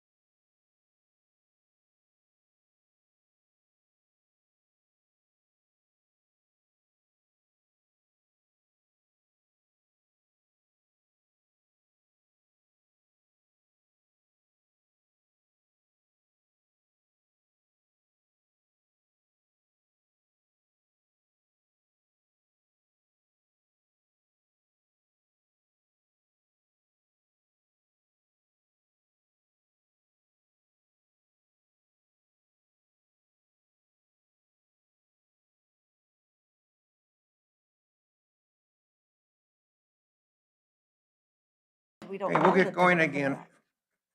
I wanted Steve to walk in. All right. So, final change on the water rate structure, and I don't think we talked about this much, if at all, last time. But one of the other knobs that we try to turn in order to make sure, again, that we can keep the just overall rate increases down to the extent that we possibly can, is turn over the rocks. And one of the things that we looked at was this industrial flat volume rate. As I pointed out on your current rate structure, industrial, which are essentially people that are reselling water either through ice, the ice shops, or somebody come up, fill up a water truck and then go resell that water. Currently, they're paying your lowest residential tier rate at $2.11 for all 1,000 gallons. So if they buy 100,000 gallons, they're paying $2.11 a gallon, or if they buy 1,000 gallons, it's $2.11. When we looked at your total cost to actually produce your water on a per 1,000 gallon basis, $2.11 is well below your cost to produce. And so when you're talking about essentially, this is in essence a sort of a wholesale pass-through cost, right? So when we were looking at it, we wanted to get your industrial rate volume charge up to your cost of producing the 1,000 gallons. And so we phased that in over time, but I wanted to show you what that looked like. So again, today they're at $2.11, which is your lowest residential and commercial tier structure, and they do pay a base charge per meter. Like we've talked about, same base charge everybody else pays per meter. The only difference really is that it is for all 1,000 gallons. First 3,000 gallons is not included in industrial, but that's worth $6. So as we look at implementing a tiered structure here that gets it up to your full cost of producing the water. Right now, what you see in that blue box there is the tier 1 comparison for each of those years versus above it the recommendation for the industrial flat rate. So it would go from $2.11 currently up to $2.47 next year per 1,000 gallons, $3.16, $3.74, $3.85, and $3.96. Whereas if you kept it under the current rate structure, it would max out in year 5 at $2.37 per 1,000 gallons. By year 4 under this scenario, somewhere in between year 3 and 4, you start to recover your full costs, and then we're just escalating it up by your cost percentage increases each year. So next up here is a cash flow summary, but I did want to take a moment just to see if you have any questions, comments, or concerns about bringing the industrial volume rate, which is also the multifamily flat rate, up to your full cost of providing services according to this 5-year schedule. That generally makes sense? All right, moving on. So the water cash flow summary, again, has changed a little bit from the previous projections that we had provided. And again, the idea here is over the first 5 years, we're actually using a fair bit of cash, and particularly in years 1 and 2, you can see their reserves used for CIP about 2/3 of the way down the page, $4.37 million in 2026 and $2.9 million in 2027. And that does draw your existing fund balance down fairly considerably. You're still well above your required minimum. You still do have some additional dollars associated with available for CIP, but you also, starting in 2031, have some debt rolling off of your books. And so that $1 million grows to $6 million by our 10-year plan. And so end of 10 years, you've got about $6 million above the line, above your required 50% cash balance in order to fund future CIP projects with cash, or at least a portion of them with cash. Questions, comments on water plan? All right. Sure. So I want to point out that you'll notice debt on this one. Debt is increasing in years 2 through 5.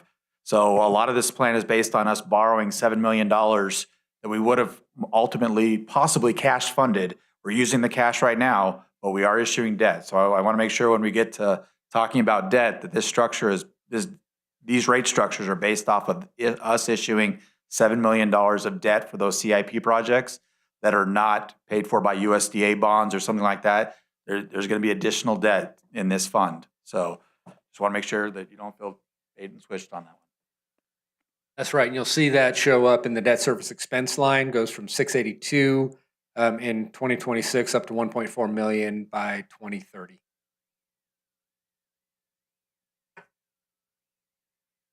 All right. Won't spend a lot of time on this. So I guess the only thing I'll point out is that center chart on the bottom, the last presentation I did for you, that line is your required fund balance, and that converged basically right to the bar in the previous one. And that's when we said, if we need to generate some additional cash for CIP in the future, the bar needs to be above the line as it is in this particular example. All right, wastewater. Wastewater has more significant changes than anything else that we've talked about tonight, just because, again, we were not recommending any increases for the first 5 years, and we had planned to use your existing fund balance and bring that down in order to accomplish that. When we look at trying to make sure that we're, by the end of 10 years, building up to about a $4 million available above the line fund balance, it's going to take some rate increases in wastewater to do that. Now, first year, you can't even see that on that slide. In your package, you can probably see it a little bit better. There's light green for everybody else. Right now, you are a little under the sample average for a typical wastewater bill. Right now, I don't have the numbers on there. It's about $37, I believe, and the sample average is about $42. And so, again, you're a little below the sample average. You're above Douglas, Sierra Vista, Casa Grande, and Duncan right now, just slightly above Duncan, a little bit below Show Low, Camp Verde, and so on. So again, you can see that the colors on that slide show up a little bit better in your packet, I think, as opposed to the projector. The primary difference with wastewater and water is that the vast majority of your accounts are inside the city. 99% of your accounts are inside the city, just a small fraction outside. Right now, your revenues and expenses are essentially matched at $2.7 million. Cost of service, like water, goes up over time, 2.7 million to 3 million by 2030. So not substantially, but it does increase gradually as we go. Now, you do have $27.5 million on your CIP for wastewater. 21 million of that is contingent upon getting a grant. So the vast majority would be grant funded if you are able to get that grant. I'm sorry, 21 million of the 27. But there are some additional expenses outside of that $21 million grant that are associated with this rate plan as well. Between water and wastewater combined, including that $21 million grant contingent project, you got about $60.7 million worth of CIP coming up over the next 10 years. Current rate structure, somewhat similar to water. You've got a base charge and a volume charge. The volume charge, however, is for gallons above 7,200 gallons. And so that's $5.57 on the volume charge, a $36 meter charge or base charge per month. As is typical, again, not exclusive, not all over the place, but it's pretty typical to have just a single base charge for wastewater and not have it based on meter size. The dynamics just aren't the same between the two. And so most utilities, I would say, have a single charge, base charge for meters, regardless of the water meter size. Of course, you don't have meters, sewer meters, other than a few, just a small handful of large users have metered sewer.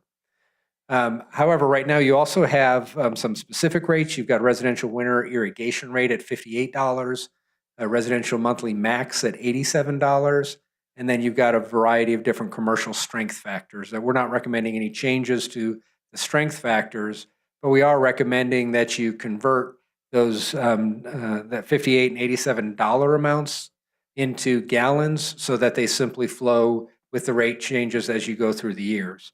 So the $58 accounts for a 4,000 gallon use above the 7,200 gallons.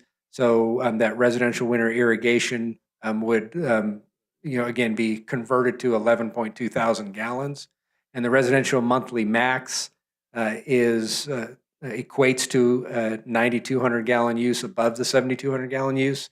So the monthly max, instead of being stated as $87, the monthly max would be stated as 16.4 thousand gallons. Same amount of money, just equating it by gallons, because that's going to be a lot easier for your billing system to keep track of and a lot easier for the rate structures to keep track of over time. And that's the only structural difference that we're recommending as part of the wastewater side. We are, however, recommending some increases starting in year 2. Year 1, we're still able to not have any increases. So same $36 base charge, same $557, same specific rate classes of the 58 and the 87, although we're converting those to gallons as opposed to dollars, and same commercial strength factors on the wastewater side. However, in year 2, we do have a still relatively small increase. A base charge would go up by $1.08 to $37.08, and the volume rate would go from $557 to $574, and then again, relatively small increases in years 3 through 5. Bill impact analysis, no bill impact in year 1, a 3% impact in years 2 through 5 in each year. It's $1.13 in the first year, $1.16 in the second year for a 7,500 gallon user, $1.20 in year 4, and $1.23 in year 5. And finally, the cash flow summary on wastewater. Again, building over 10 years up to a $4 million above the line balance for available for CIP. You end the 5 years at just under $2 million, and then accumulate another $2 million over the next 5 years. And I do want to say that while we're not showing those rate structures here, over those years 5 through 10 in both water and wastewater, where we're building those balances up, it doesn't take exorbitant increases in order to do that. We're still ranging in the 3% range in order to get to the $10 million over time.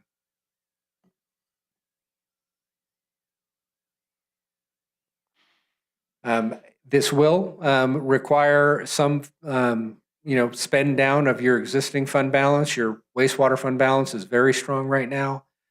You have the same dynamics at play. That then starts to build up over the next, the second tranche of 5 years, years 5 through 10 in the model, again at moderate increases of about 3% a year. Questions on wastewater?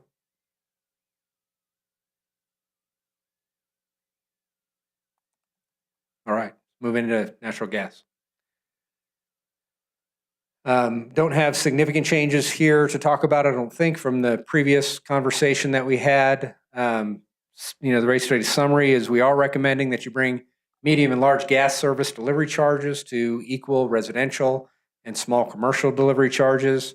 Increase your serviceability charges and delivery charges each year over the next couple of years by varying amounts to reflect the current cost structure. Right now, you're actually losing money on the gas side, and also having a bit of a subsidy essentially from your gas cost adjustment, that once we take that down to a true gas cost adjustment pass through, that's going to impact your operating accounts as well.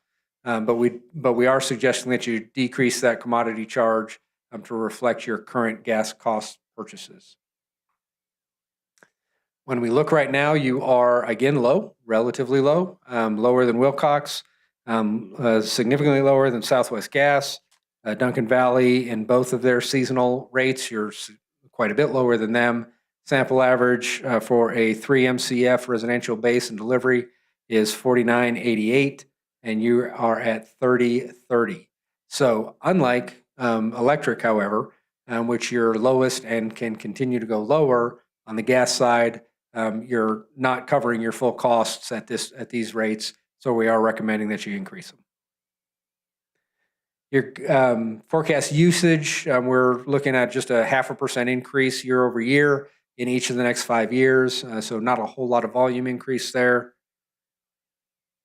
And this is where, again, you can recognize the immediate need for rate increases. Right now, you're bringing in $2.5 million, and you are sending out about almost $3 million. So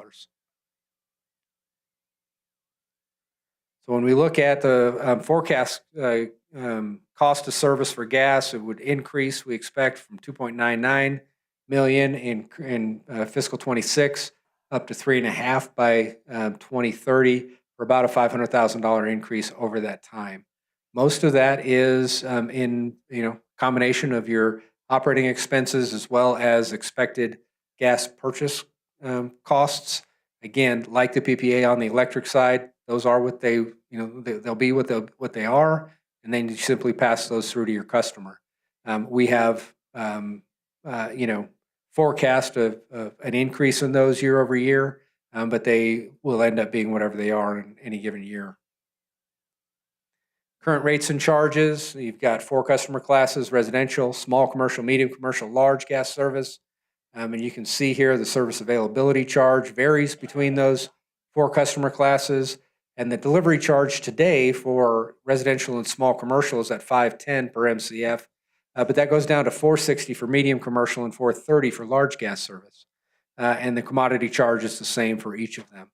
And so one of the probably the biggest fundamental change that we're recommending to the gas side, other than just increases in rates across the board, is to bring those delivery charges for large gas service and commercial up to the residential delivery charges. So the recommended rate plan, you can see here, the service availability charge would go from $15 today for residential up by $1.80 to $16.80. The delivery charge would go up from $5.10 to $5.71, but the commodity charge would go down from $4.10 to $3.75. And you can see how the remaining customer classes kind of shake out there as well. Note again, the delivery charge for large and commercial on the medium commercial goes from $4.60 up to $5.71, which is the residential and small commercial delivery charge, as does the large gas service from $4.30 to $5.71.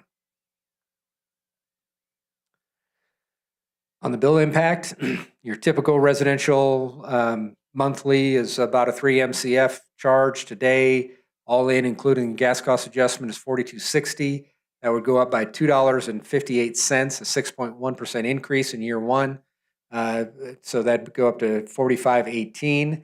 But then some significant increases in years 2, 3, and 4 as well, in order to build up to the point of where you're fully recovering the cost of doing the business. By year 5, you've got to that point of where you have fully recovered the cost of doing business, and then it's simply inflationary increases after that. But an 11% increase in year 2, almost a 16% increase in year 3. Now that does include our projected gas cost adjustment increasing year to year, which may or may not happen. And then a 14% increase in year 3, so that by year 5, you'd be at 67.64 for a 3 MCF user. I should have put the comparison with that one as well. But when you look here over 5 years, which all of these utilities likely will be increasing on a year-to-year basis as well, right now the sample average is at $49.98. And so by the end of 5 years at $67, you'd be over today's sample average, but probably not the sample average in 5 years. You'd probably be very close to the sample average in 5 years.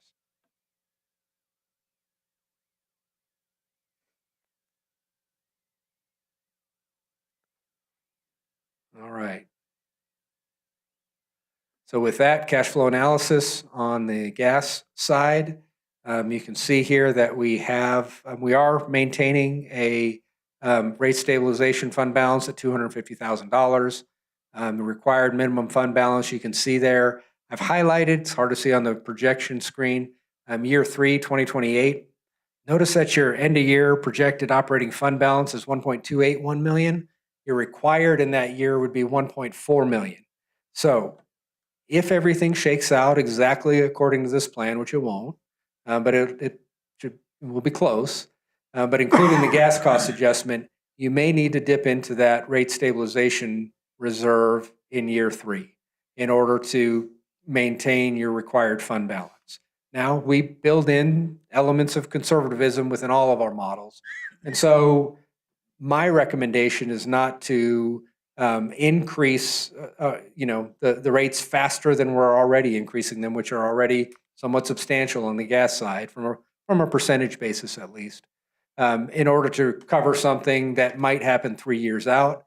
But this is another area where you look at it year to year. If it's trending very close to these numbers, just recognize that one of these 5 years, you might have to dip into the rate stabilization reserve in order to maintain your 50% fund balance requirement.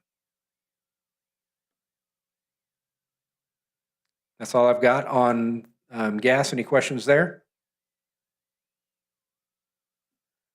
And so the final summary, we did include on the sanitation service the $21, which was scenario 2. We wanted to show sort of the worst case scenario of the scenarios. So this would actually come down by $1 if you go with the scenario 1. It's not 20? Scenario 1? You want to check? All right. Okay. But when we look at the total bill for a Safford customer between all 5 of these services, they don't directly pay the landfill charges, the miscellaneous charges they do, but not the tipping fee. We would go from $274.25 today for a typical residential bill across all of the services, down by $673 to $267.52. Now, in year 2, that goes up a bit more as well, and it's essentially at a break even at about year 2. By year 3, they'd start experiencing a small increase over where they're at today under this combined rate scenario for Safford residents. So all in, again, and one of the other things that I'll reiterate here is that this is for a typical residential customer. If it's a residential customer that's using 40,000 gallons of water, they're going to experience a different bill impact than this. This is just for 75,000 gallons of water or wastewater, 3 MCF in gas, and 1,000 kilowatt hours in electric, and then just regular sanitation service. That's right, 21 is scenario 1. Had that backwards. Thoughts or questions? Pour 'em out. So just to recap, sanitation scenario 1, solar rebate, $6 admin, 25% cash out at end of year, or 25% rebate with cash out at end of year, and then we cash out the previous program at $175, and then we do the industrial flat rate where we raise that to cover the cost by year 4. So with that having been said, I mean, those are the ones that are different this time around, and the choice we made on scenario 1. So Troy's going to lay out the noticing period going forward from today. All right, maybe it might be helpful if I share my screen. Can I share on top of him or share right next to him? Helps. Side by side, all right. That's a little small. Yeah, I need to unproject. All right, so some key dates. All we've decided tonight is what we're going to advertise. So again, scenario 1, if we have to go back, I got to get Jason to update the Appendix A with just scenario 1. No other changes, I believe. What the Appendix A that you currently had in your packet, it had both scenario 1 and 2 for sanitation and landfill. Once we get that down to 1 scenario, we're going to advertise that sometime within the next 2, 3, 4 days, whatever it takes Jason to get it back to us. We have to go for 30 days. Again, the law is based on water and wastewater, which is the most aggressive of all the rest of them. Just have to have a 60-day notice period and they can take effect. We're going to treat all of these rate increases the exact same. So water, wastewater, electric, gas, sanitation, landfill, it's all going to be done the exact same way. Even though we don't have to, we want to be as transparent as possible and get the message out there so that no one's surprised. So the key dates to remember is once we get that back, you're going to start to see on the website this Appendix A that customers can go in. If a customer comes to you, I would encourage them to go to the website, do their own research on what their bill looks like today, and use those rates that are on the website to calculate what they could possibly see in the future. With that in mind, we would come back on August 11th. We would take the whole month of July for customers to do their own research. August 11th, this council will actually put out a resolution saying they intend to increase rates at that point. Now that the customers have done their own research, you're going to put out, we intend to increase rates, and you'll talk about that intent will happen for December, and that'll take effect November 27th when the rate affects. With that in mind, you have to advertise in the paper. That's required for water and wastewater, but we're going to treat all the funds the same. So we're going to advertise in the paper. We have 6 dates on this, anytime in the month of August, anytime in the month of September. These are Wednesdays. B is going to choose whatever one's advantageous to her. We are also going to put this in the bill. So we've talked about putting an insert in the bill for the month of August and month of September, showing people that these rate increases are coming. And then a public hearing will happen at the very first meeting in October, October 13th. So any customer that comes up to you and wants to share their mind about rate increases, I would encourage them to come to the October 13th meeting and share their ideas and thoughts at this podium right here. So October 13th is a key date. You want to tell everybody, October 13th, come to the council meeting. And then with that in mind, whatever we do there, we have to actually vote on it, and that'll happen on October 27th. So you're not making any decisions on October 13th. The next meeting, you will finally make a decision of what the rates look like. The rates cannot take effect for 30 days after that decision. So if you make a decision on October 27th, the rate will happen on November 27th. The very first people that will see effects of any of the rates will be landfill because they don't go through the customer billing process. The landfill rates will take effect on November 27th. The bills for the month of December, which are due on around Christmas, that's when all of these rates will take effect. Keep in mind, water is not a big use in those months. Wastewater is not a big use. Gas is one of the bigger uses. Electric is not a bigger use. So this is a key time period to get that rate increase in, and then that'll go into effect for the next fiscal year. So we'll get about a half a year worth of increases for this fiscal year, and then next fiscal year we'll project off of those increases. Again, we'll bring back to you as part of the budget process for fiscal year 2027, how are we doing on fund balance in 2026 to know if we really need these rate increases for these next years. So every year we'll come back, we'll talk about what Jason has shown you tonight as projected fund balances and where we're actually at.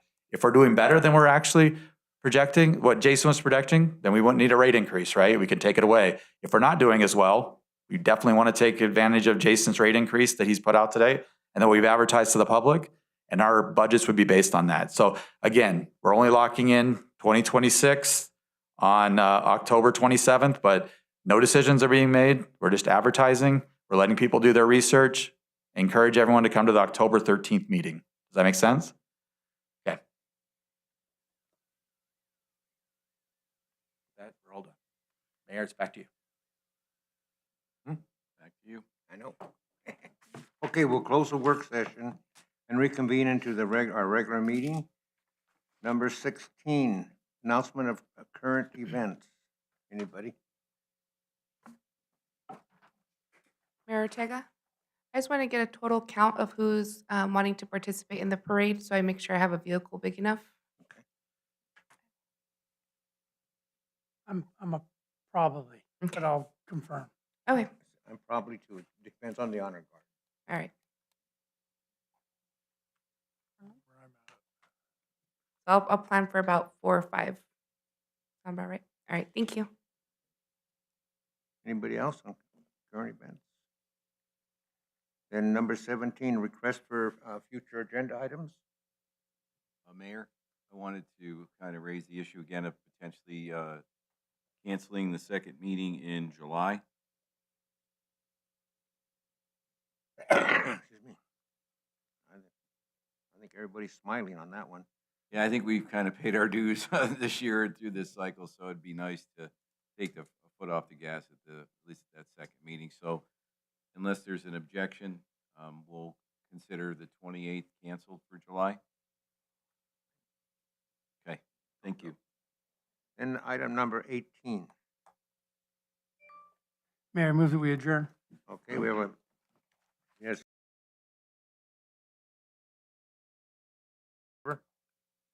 We're adjourned. Thank you.